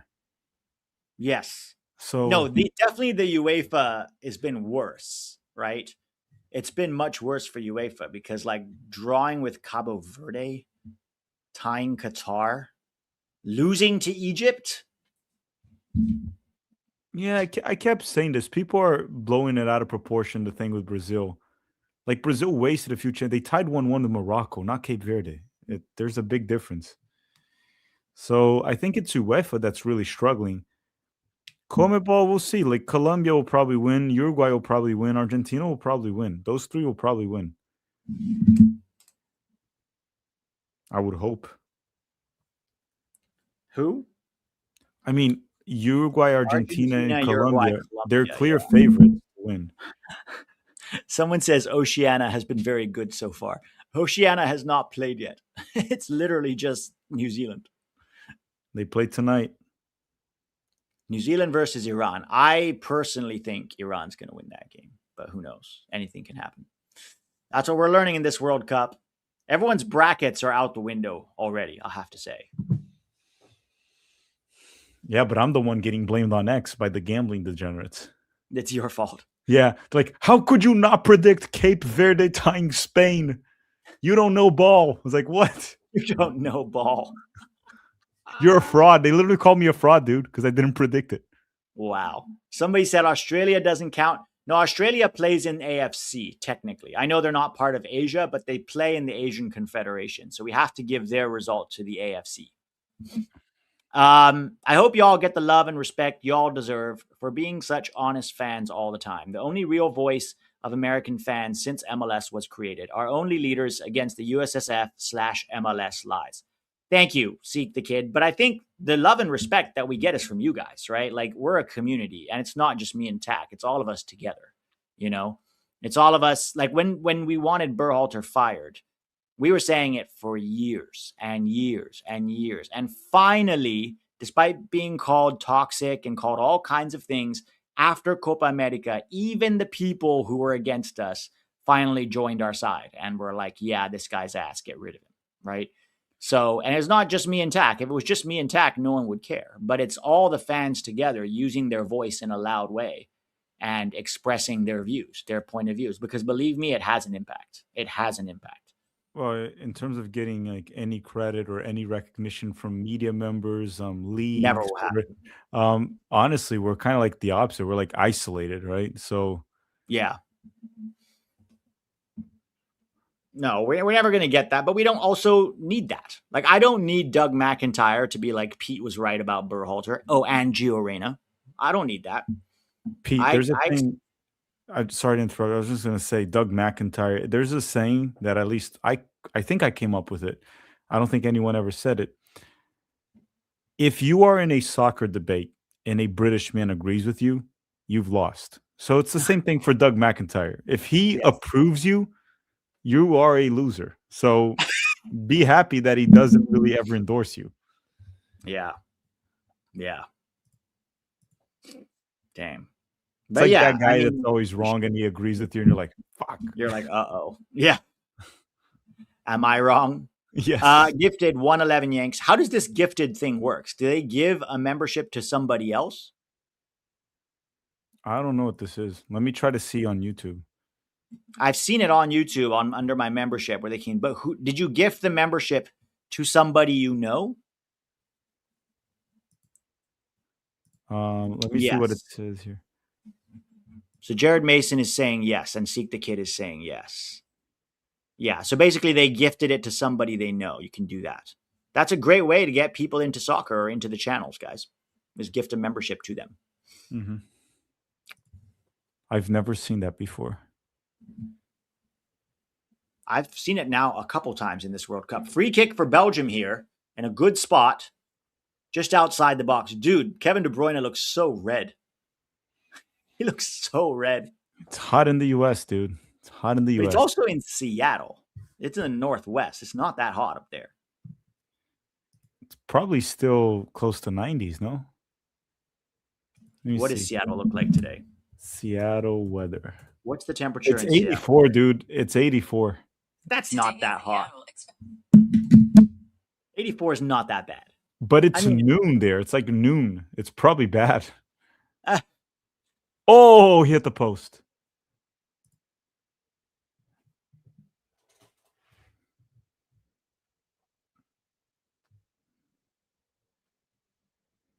De Bruyne, oof, just off the side of the post. Man, Belgium got grouped in the last World Cup, right? Yeah, they were in no wait, hold on. They were in Canada's group. Yeah, it Yeah, was they got grouped. Croatia and Morocco that advanced. Yeah. Croatia and Morocco got through. Belgium got grouped under Roberto Martinez.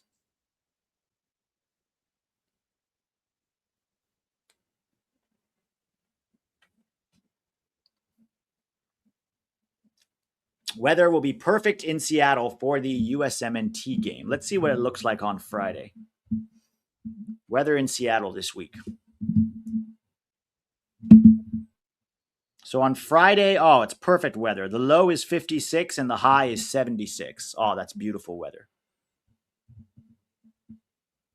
Oh, Jared just joined the Patreon. Thank you, Jared. All right, here comes Egypt. Oh, Egypt almost scored again. Corner for Egypt.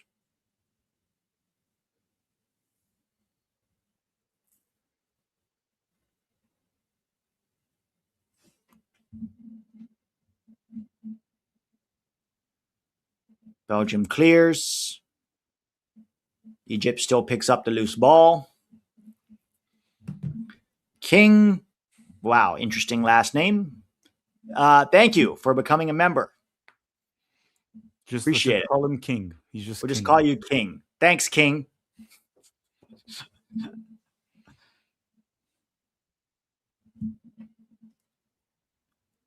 Long ball over the top. Here comes Egypt. This will be Oh my God. World Cup Mo Salah gets out of the group. Oh, Courtois with the save goal. He missed. Mother liquor. How did you miss that? How do you miss that? The rebound. Oh, he missed it so bad it went out the side for a throw. Dude, that would have Salah. No, it wasn't Salah. It was No, it Ashur. wasn't It Salah. was the guy who scored. It was Ashur. Yeah, Salah headed it. Salah That was, headed it. that was a weird Courtois save. saved. Weird save from Courtois. Why didn't he Yeah, hit it that like? was super weird from Courtois. Why didn't he hit it to the side? He basically just flapped at it. That's like Yeah. amateur level goalkeeping. It's like Mauro. Yeah. Oh no. Man, Egypt could have put this game to bed right there.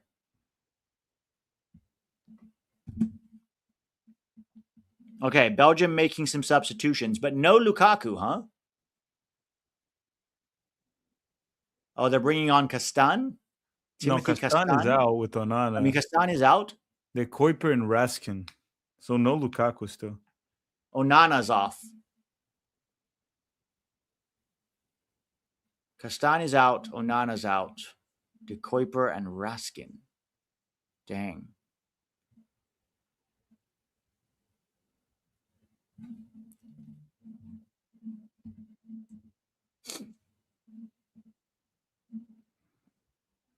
What was worse, Pete? That miss or Roldan's miss? I will say at least Roldan had some guys between him and the goal. He completely mishit it, but this was just him and the goal, and then it went out for a throw. When you miss so bad that it goes out for a throw. Well, Roldan also had he had to cut a guy. He had to create space first. Yes. This guy just had all the space in the world. Yeah, he did.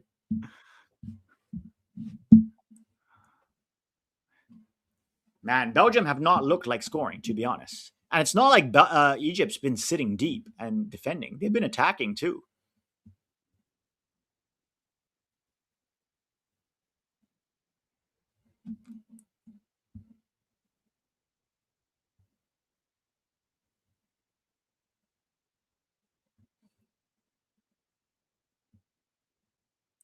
I will say Belgium's lucky they have an easy group. Like Iran and New Zealand. Iran, New Zealand, Egypt. Egypt's probably the toughest team. Although I don't know, Iran could be tough too. We'll see what they look like against New Zealand. I feel like the World Cup in 20 years will be completely unpredictable. Maybe even sooner than that, Tack. A lot of teams are getting better at development. It's the effect of globalization is what I call it. Globalization means a lot more players from different parts of the world are now getting better training.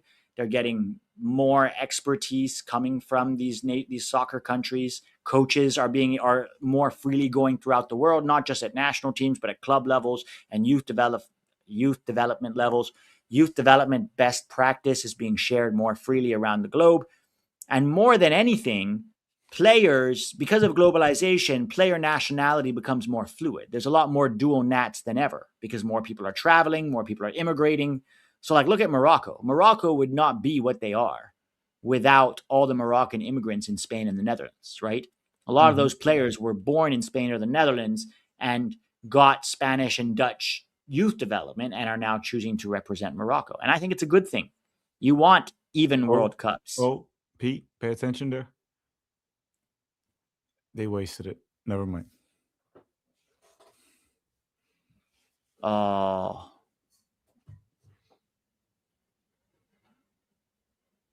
Oh my God, dude. Egypt's actually had more chances than Belgium. They've had at least 3 or 4 close chances.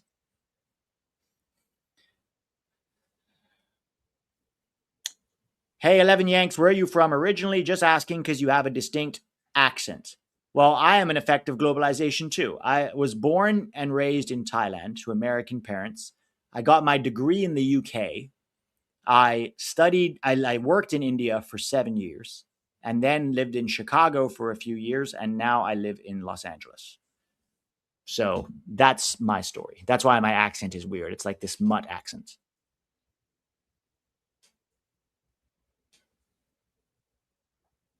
Oh, what a flop from Doku. 60 minutes.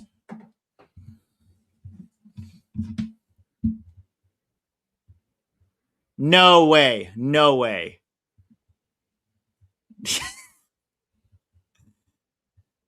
Arijit, I worked in New Delhi, but I traveled all over the country.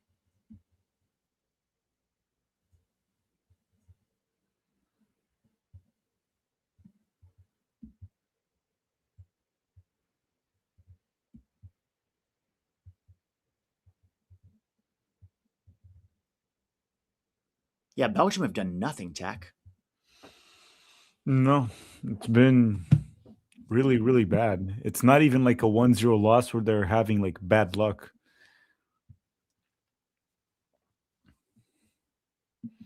Same could be said about Spain. It's not like the game ended 0-0 and we're like, oh, Spain got so unlucky. They weren't creating anything. No.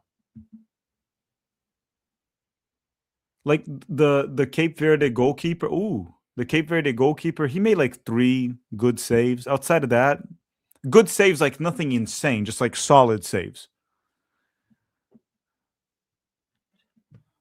Oof. Belgium from distance. Oh, Pete, what I was gonna tell you, when I was in Cary for the TST, they had a massive like influx of immigrants from India there. They built like this huge, huge church. Like not like by huge, I mean I'm trying to say like it's probably the size of the 2 TST stadiums, the church. Okay. Indians, like Indian restaurants everywhere in Cary, North Carolina. But Indians are mostly Hindu. Why would they go to church? They made like it's a Hindu church. Oh, like a temple. A temple, sorry, yeah, sorry, temple. Ooh, It was Belgium with the strike. and it was huge. And then I would go on. There was like Indian restaurants in Raleigh and Cary, and I didn't know this. I didn't Hmm. see them last year when we were there. Must be new. Yeah, but like a lot. It wasn't like 3 families. I'm talking about like a town essentially. Hmm. Maybe they're putting a data center nearby. Yeah, I was trying to figure out why, but a lot of them there.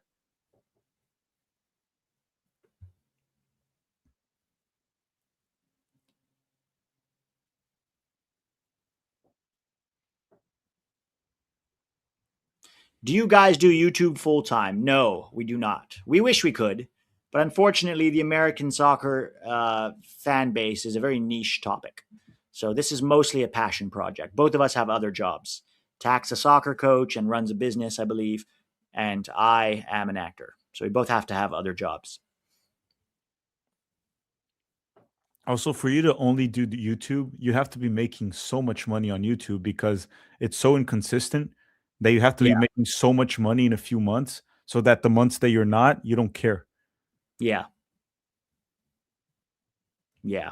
So it's always been a passion project for us, and very likely will remain that for the rest of our lives if we continue. I don't ever foresee a time where American soccer YouTube anyone can make a living off of it. I don't foresee it. Nah. Unless for the next like 30 years we have an insane influx of like immigrants from South America, Latin America, even though it wouldn't matter because they wouldn't care about the US men's national team that No, much. they wouldn't care about the U.S. They're going to support. We need Americans um, to really fall in love with the national team. That's what will grow our channels, you know. But even then, I mean, unless this country goes soccer crazy and half the country becomes USMNT fans, even then, I can't. Maybe then we could do it full time, but I would be very surprised.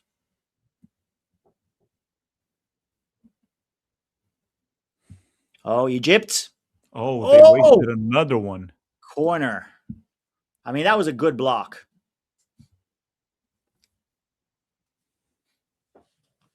But it almost killed Courtois right there.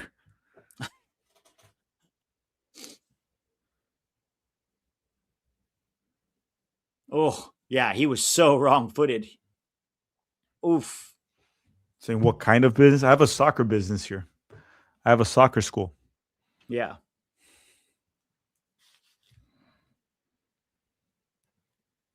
An affordable one. Egypt. Cross cleared.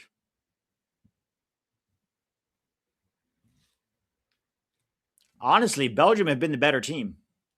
Egypt. They really have. They're good for this win. Egypt, you mean? I'm sorry, Egypt. Egypt.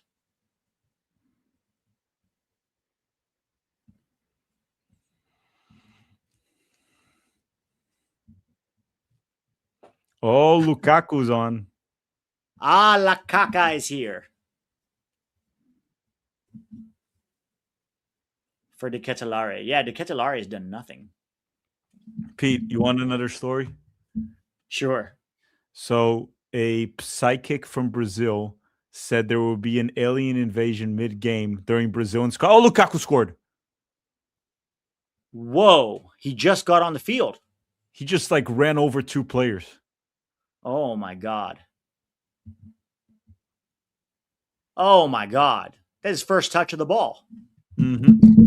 I don't That's even know if he touched the ball. He just kind of hit everyone in front of him. Dang, 1-1. That's disappointing. I was rooting for Egypt here. Oh, look at the Indian Egypt fan. I mean, Belgium fan. He's so psyched.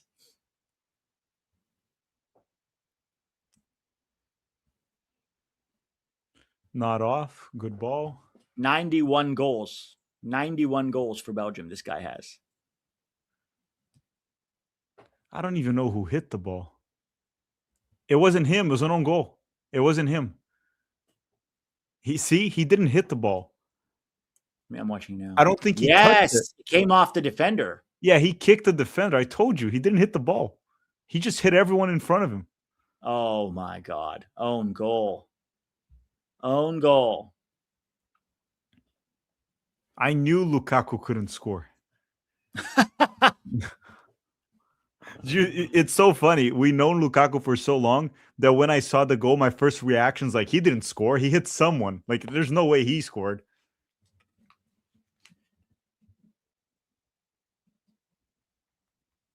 All right, hydration break now. All right, 1-1. I think Belgium could come back and win this now. The momentum's going to be with them for the last 20 minutes. Dude, I like how Lukaku's like pretending he scored that goal. No shame. Yeah. He didn't even He didn't touch the ball, dude. He didn't touch it at all. Touch it. It came off the Egyptian guy's foot. Rudy If anything, Garcia looks like a politician to me. Doesn't he remind you of a sleazy politician? who? Rudy Garcia, the Belgium coach. Let me see. Rudy. Yeah, he does. He looks like a sleazy politician. He does. No, but Lukaku pretending he scored that goal is freaking hilarious. He kicked the guy. Like, if anything, there was even a slight case where they could call a foul there. Yes. But he was also being pulled. His shirt was being pulled. Yeah, Like, it probably would have been a penalty. It was just messy, right? They were all hitting each other, but he never touched the ball. Yeah. Pete Tack, you think the atmosphere for the game on Friday might affect Australia? I don't think Australia seems like they're too intimidated by atmosphere. You know, there was a lot of Turkey fans in that stadium, and it didn't seem to impact them at all. But more than affecting them, it helps our boys. So I hope the fans show up and are loud and strong and get behind the boys, because we really need to follow up that Paraguay win with another win, right? Otherwise, people will say, oh, it was just an outlier. We need to go beat Australia now too. Once you beat both of them and you play it the same way that you did, now you're a force to contend with. Now you're somebody to watch. But you need more than one game.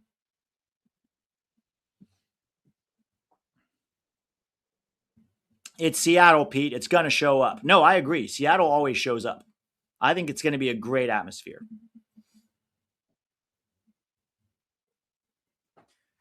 Neymar is a smart man, Pete. He said now he's ready to play because he's going to play Haiti. Dude's trying to stat pad. How many goals does he have for Brazil? He's the record holder. Which is what? Like over 100? No. 90? Like 90 or 80? Let me see. Neymar, 80 something. He broke Pele's record.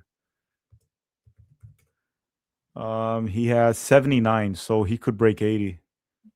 Oh, yeah.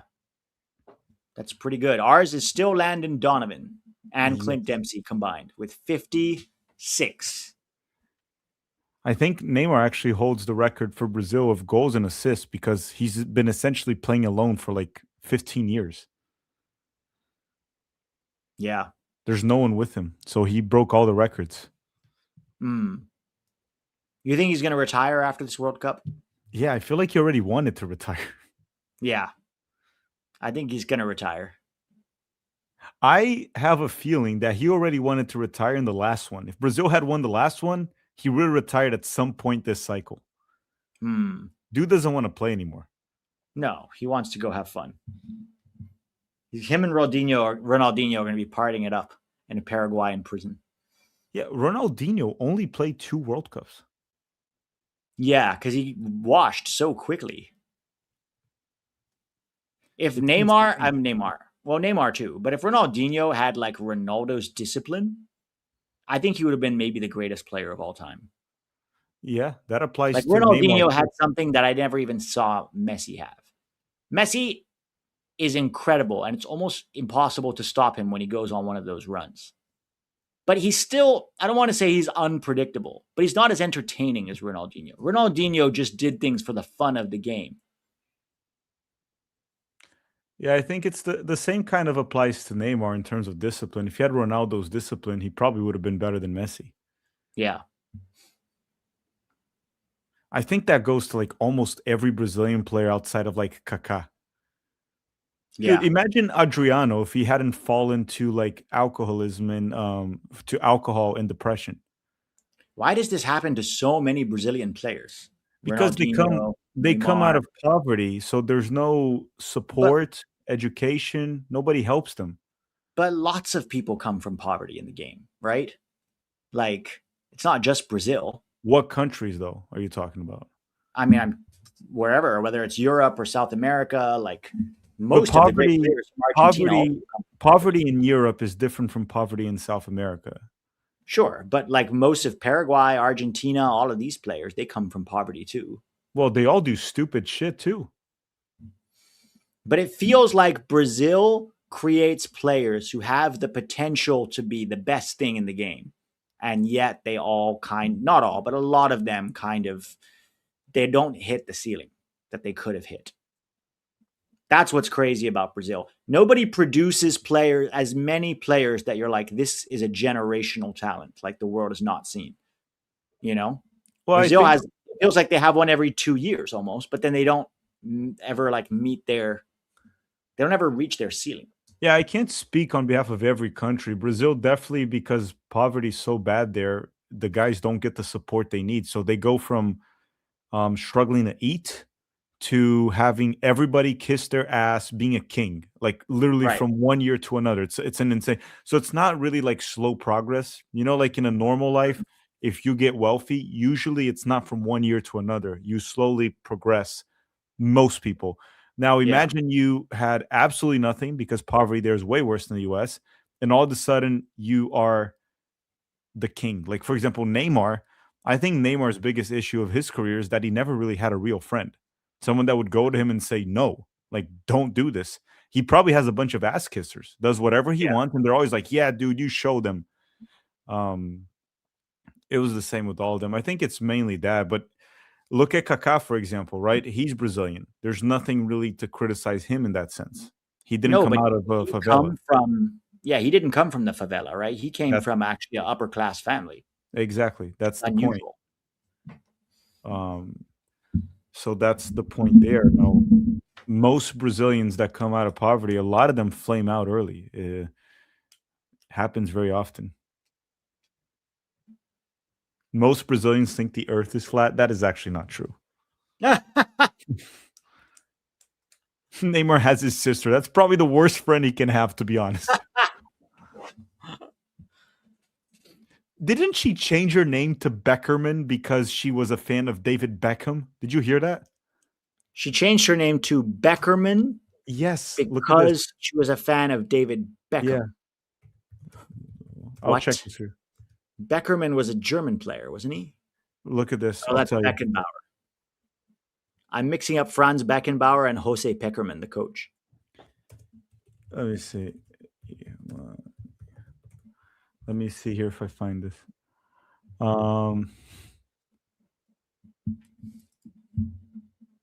Okay, she didn't change her name. Her artistic name, right? Her Beckerman.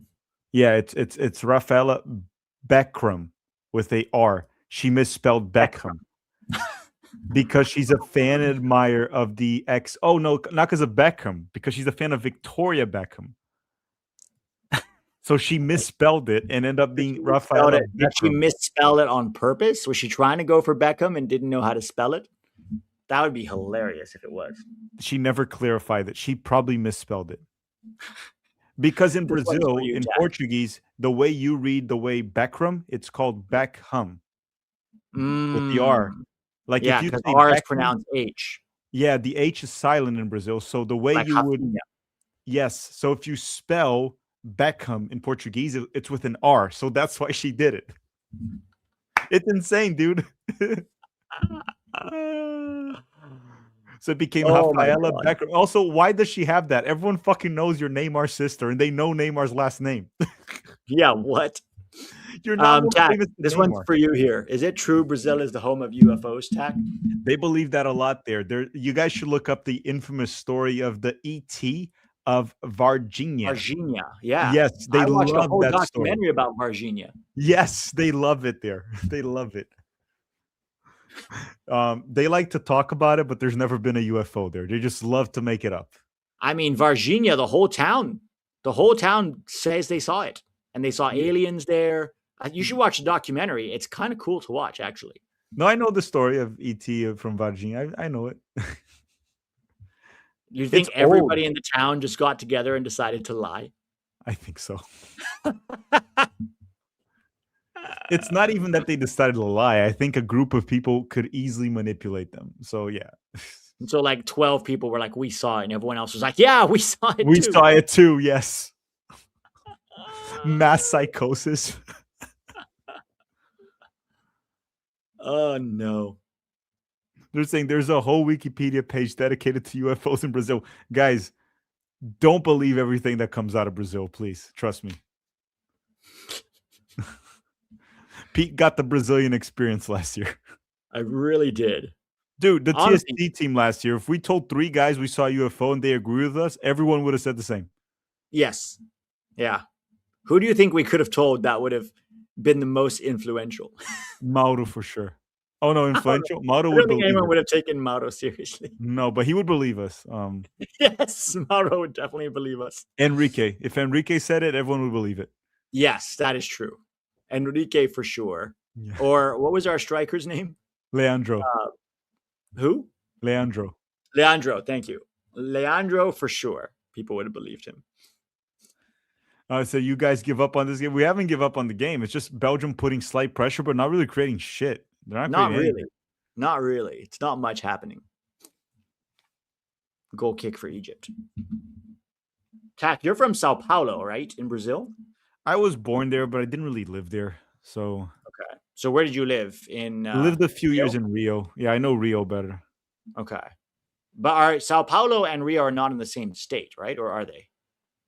No. São Paulo and Rio are separate states. They're next to each other. They're very close. Like you can drive.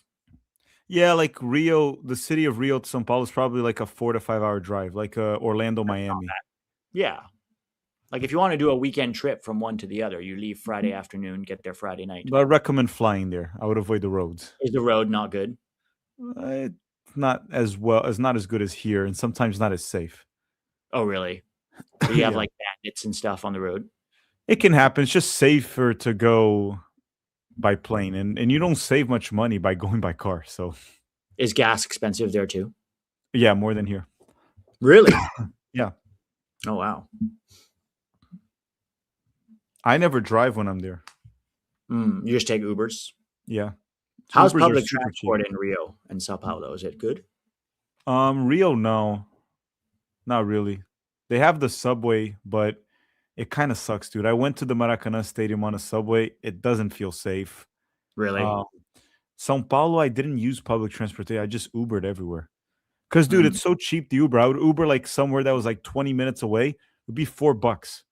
That's it? Yeah. So I was like, why am I going to take the public bus or subway? $4, I'll pay for it. If I spend $20 a day on transportation, that is cheap.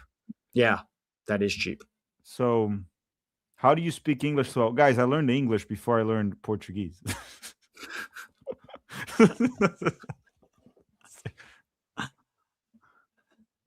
they held me back a year in Brazil because I got there and I couldn't write in Portuguese. So I moved Dang. back when I was a kid. So you wait. You were born in Sao Paulo, and then from Sao Born in Paulo you came to the U.S. Yeah, when I was like 3, I think. Like I could barely Oh, okay. talk. So very young. Yeah, and then I stayed till I was like 7 in California, actually 7ish. So Oh, okay. I did kindergarten and first grade in California. Then we went back for like 7 years to Rio, or something like that. Yeah, 7 years roughly to Rio. So when I got back to Rio, my Portuguese wasn't very good, obviously, because I would only Right. speak with my parents in Portuguese, and I couldn't write in Portuguese. I had just learned how to write in English. Hmm. So obviously nowadays my Portuguese is fluent. My writing is still horrible, right? My writing, like if I had to do like some test or something in college in Brazil, I'd probably fail. Hmm. But my speaking in Portuguese is fine. So Akshay here says, is it true we can clinch the group on Friday via the tiebreakers? If we beat Australia, we already beat Paraguay, right? And if Paraguay beats Turkey, because so I misunderstood this. I thought that goal, after points, I thought goal difference was the next tiebreaker, but it's not apparently. Apparently, it's head to head. So if we already beat Paraguay, and if we beat Australia, then we could literally, if Paraguay beats Turkey, and even if we lose to Turkey, we could still finish first because anybody else who would get 6 points, the tiebreaker would be us because we beat both Australia and Paraguay. Turkey couldn't get 6 points. Paraguay and Australia could. So if we beat Australia and Paraguay beats Turkey, then we literally top the group. Because even if we lose to Turkey, if the first tiebreaker is not goal difference, if the first tiebreaker is head to head, then we're good against Australia and Paraguay head to head. So that would be actually an incredible result. We beat Australia and then Paraguay beats Turkey.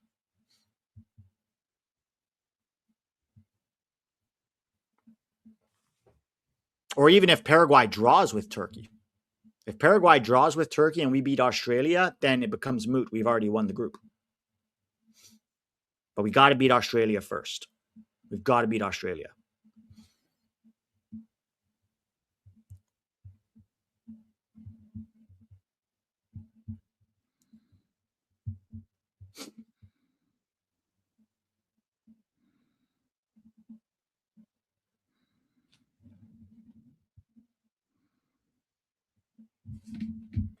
If Turkey beats Paraguay or draws with them, we automatically advance, right? Yes. If we beat Australia. But first thing we have to do is beat Australia. That's the only thing we have to worry about. If we do that, we're already 99% qualified in first. We're 100% qualified. 99% to top the group. If Paraguay beats Turkey or draws with Turkey. Now, if Turkey beats Paraguay, it's risky because then we could still lose to Turkey and Turkey could top the group. So that's something to keep in mind. So what we're going to do is hope we beat Australia, and then I'm going to do the live watch along for the next group game, which is Turkey and Australia. No, Turkey and Paraguay later in the day. And we'll be rooting for a Paraguay win or a draw. If that happens, we've already clinched first in the group. ESPN/Fox pundits pissing me off. As a Portuguese American from Greater Boston, the nation is pronounced Cabo Verde, not Cape Verde. Oh, Cape Verde. Is it Cabo Verde or Cabo Verde? Because I've been saying Cabo just Cabo means Verde. Cape. Cabo Cape. Yes. Cabo means Cape, but I do want to use whatever they call it, right? If they are Cabo Verde, then I'll call them Cabo Verde. But you're saying it's Cabo Verde, not Cabo Verde, because that means I've been saying it wrong too. Well, the way you pronounce it, if it's in Portuguese, it's Cabo Verde. Verde. Yeah, if it's in Portuguese, it's Cabo Verde. Verde. That's a little tougher. But that's if you want to straight up say it in Portuguese. Belgium really, outside of the goal, they've done nothing in this game. 85 minutes, guys. 85 minutes. Still nothing from Belgium. I mean, they got the equalizer, but nothing on the win.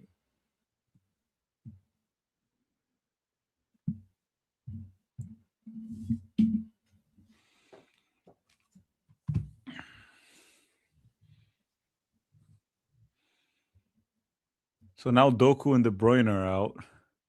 Probably gassed. Yeah.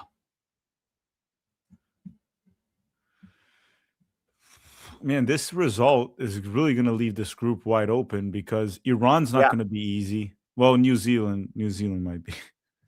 I don't have a lot of faith in New Zealand, but then again, I didn't have a lot of faith in Cabo Verde. So who knows what can happen?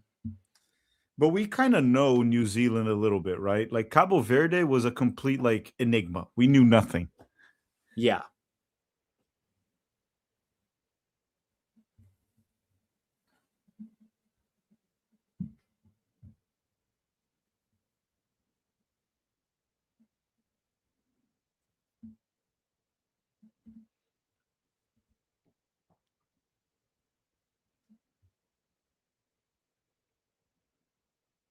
New Zealand doing the haka tonight. Oh yeah, they might do the haka. Have they ever done it pre-game at the World Cup? I don't think they have. They've done it in rugby. I don't think they've done it in soccer. Oh, Lukaku's header. Oh my god, dude, he was wide open, right over the bar. He should have tried the same thing he did in the goal. He should have bumped someone into the ball. Look at this. He's free. He's free. Oh my god, Lukaku. He's better when he bumps into someone and they hit the ball into the back of the net. He's a battering ram, not a goal scorer. Yeah. Oh no.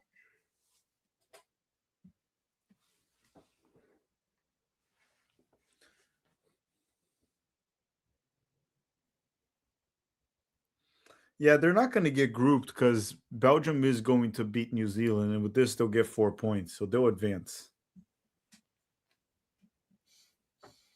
Yeah, they're gonna advance. I mean, even a draw, it doesn't look good on paper because it is Egypt, but for helping them advance, they just might not advance in first, right? But it is kind of an easy group.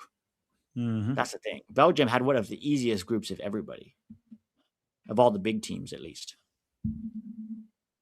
Argentina as well. Yeah, Argentina had another easy group. Okay, God, steal England's stuff. Send a storm and tornado warning at England. Send a small earthquake to England. God is rooting against England. I think the English do it to themselves. It's karma. What if Iran is first? So, Tak, can you walk us through the scenario in which we would face Iran in the round of 32? Second, and we are second. Both second. If we both get second. So we cannot get second. No. Oh, not a penalty kick for Egypt? You see that? I'm seeing it right now. Cross. Oh, he came in. It was outside the box. And ref said no. It was just outside the box. About Iran at this point, I mean, we still have to beat Australia and still have to play Turkey. But I'd be disappointed if we don't top our group. Yeah, me too. Me too. We should top our group. How many languages do you speak fluently, Pete? Also, predictions for Iran versus New Zealand. For second game of Group G, I have Iran win 3-0, Totemi double. Wow. I don't know if it's going to be... I think New Zealand's similar to Australia. Not as much talent as Australia, but they play a similar way. I don't think it's going to be that easy. I have Iran winning 2-1 or 2-0. 2-0, I think is fair. How many languages do I speak fluently? Just 2. English and Thai. I speak some Hindi, but I'm definitely not fluent. So just 2.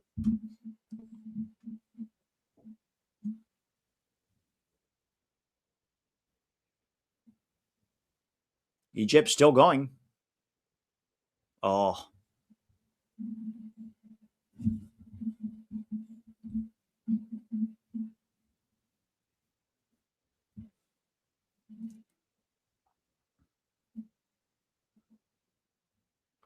Lukaku's a little slow. He's heavy. Vibrantis, do you live in Thailand? No, I don't live there, but I was born and raised there. So I still speak it very well. Thai commentary. Guys, Thai commentary is not going to do anything because none of you understand what I'm saying. I could literally just speak gibberish and you'd be like, yes, that's Thai. I would, yeah. I hope you guys don't leave YouTube after the World Cup. Okay, I will say it seems like we'll both be here until the end of the year, very likely, until the end of 2026. And after that, who knows, right? What is it? Life is what happens while you're busy making other plans. So, we'll see. But we'll be here until the end of 2026, and then we'll see. Who knows? A lot's going to depend on how big the channels become, right? If people still want us to continue and there's lots of support and, lots of views, people are watching even after the World Cup, it's more likely that we will stay. If you want us to stick around, watch the videos, even the videos that maybe you're not like, oh, I don't care about that subject as much. Just play it in the background. It really helps us. Play it in the background, give it a like. That sort of thing is like the easiest way to support the channel. Watch every video, even if it's a video that the topic you're not that interested in, and make sure you like it. That's the easiest, quickest, freest way to support the channels. Okay, in Brazil, World Cup games are free on YouTube, but here they're paid, and my cards don't work. So I'm watching your channel. Greetings from Brazil. Wait, can't you use a VPN and just say you're in Brazil? Well, you can do that, but you can also watch it for free here. Just buy an antenna. Tubi.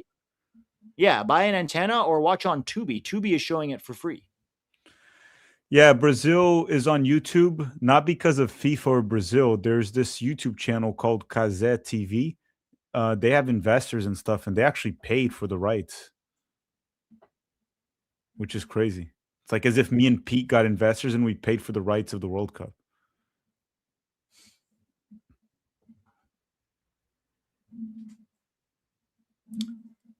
Someone saying, can y'all do EPL, MLS, UEFA Champions League watch-alongs? I'm in. We're open to doing that, but what we've noticed is the watch-alongs don't usually do very well outside of the World Cup on the USMNT channel. Or USMNT streams, yeah. Yeah, on USMNT, even USMNT streams.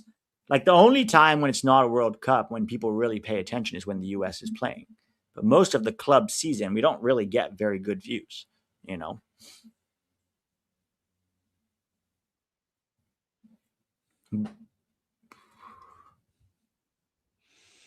So what do we got now? 2 minutes to go.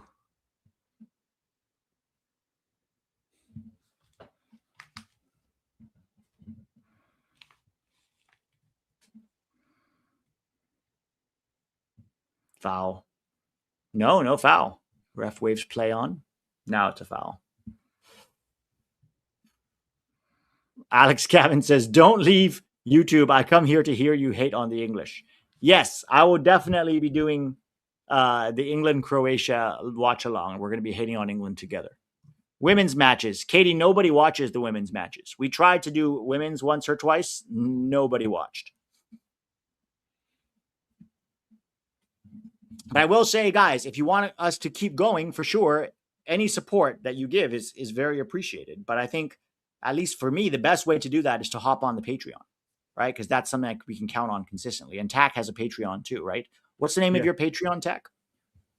Almost. I think it's just Tactical Manager. I think I haven't been using it in a while. Okay. Free kick for Belgium. Oh, over the bar. Have you all gotten a World Cup meal from McDonald's? I have not. Have you, TAC? They have some collectibles there, right? What is it again? Let me see. I don't know what it is. I might go just to get it. It's World Cup cups. Let me see what they look like, because then I might go just to get it. I don't know. So is it a Happy Meal? It's available nationwide, but these are just cups. So with a player. So Mexico's Santi Jimenez, Canada's Alphonso Davies, France is Thierry Henry, Spain is Thierry Lamine Yamal, Henry. England is Beckham, Brazil's Ronaldinho, the US is Pulisic. So I'd probably want the Pulisic Ronaldinho one. Why don't they do current stars? Why are they doing Beckham and Ronaldinho and Henry? I don't know. Shouldn't it be like probably Mbappe? what they had the rights to? These might be like McDonald's investors or something. They can't just put any player, right? So I don't know. I need to check like what do you need to get it. It might be cheaper to just go to eBay and buy the cup that I want. Yeah. Because I also don't want to eat at McDonald's. All right. That's it. Game over. 1-1, guys. Game over. Egypt draws with Belgium. UEFA continues their terrible start to the World Cup with the three biggest UEFA teams that have played so far. Every single one of them drew. Netherlands drew, Spain drew, Belgium drew. Let's see what happens with Senegal, France tomorrow. You're not doing Argentina. Is Argentina tonight or tomorrow? That's tomorrow. Right? I'll do Argentina, but not. No. They play. Is it tomorrow or after tomorrow? It's not tomorrow, dude. Day after? It's Wednesday. Tomorrow, I'll tell you right now before we go. Tomorrow we have France. Oh no, Argentina's tomorrow. Sorry, you're right. You're right. Yeah. So I'm doing France, Senegal, and you're doing Argentina. Yes, you're right. Okay. Argentina is tomorrow.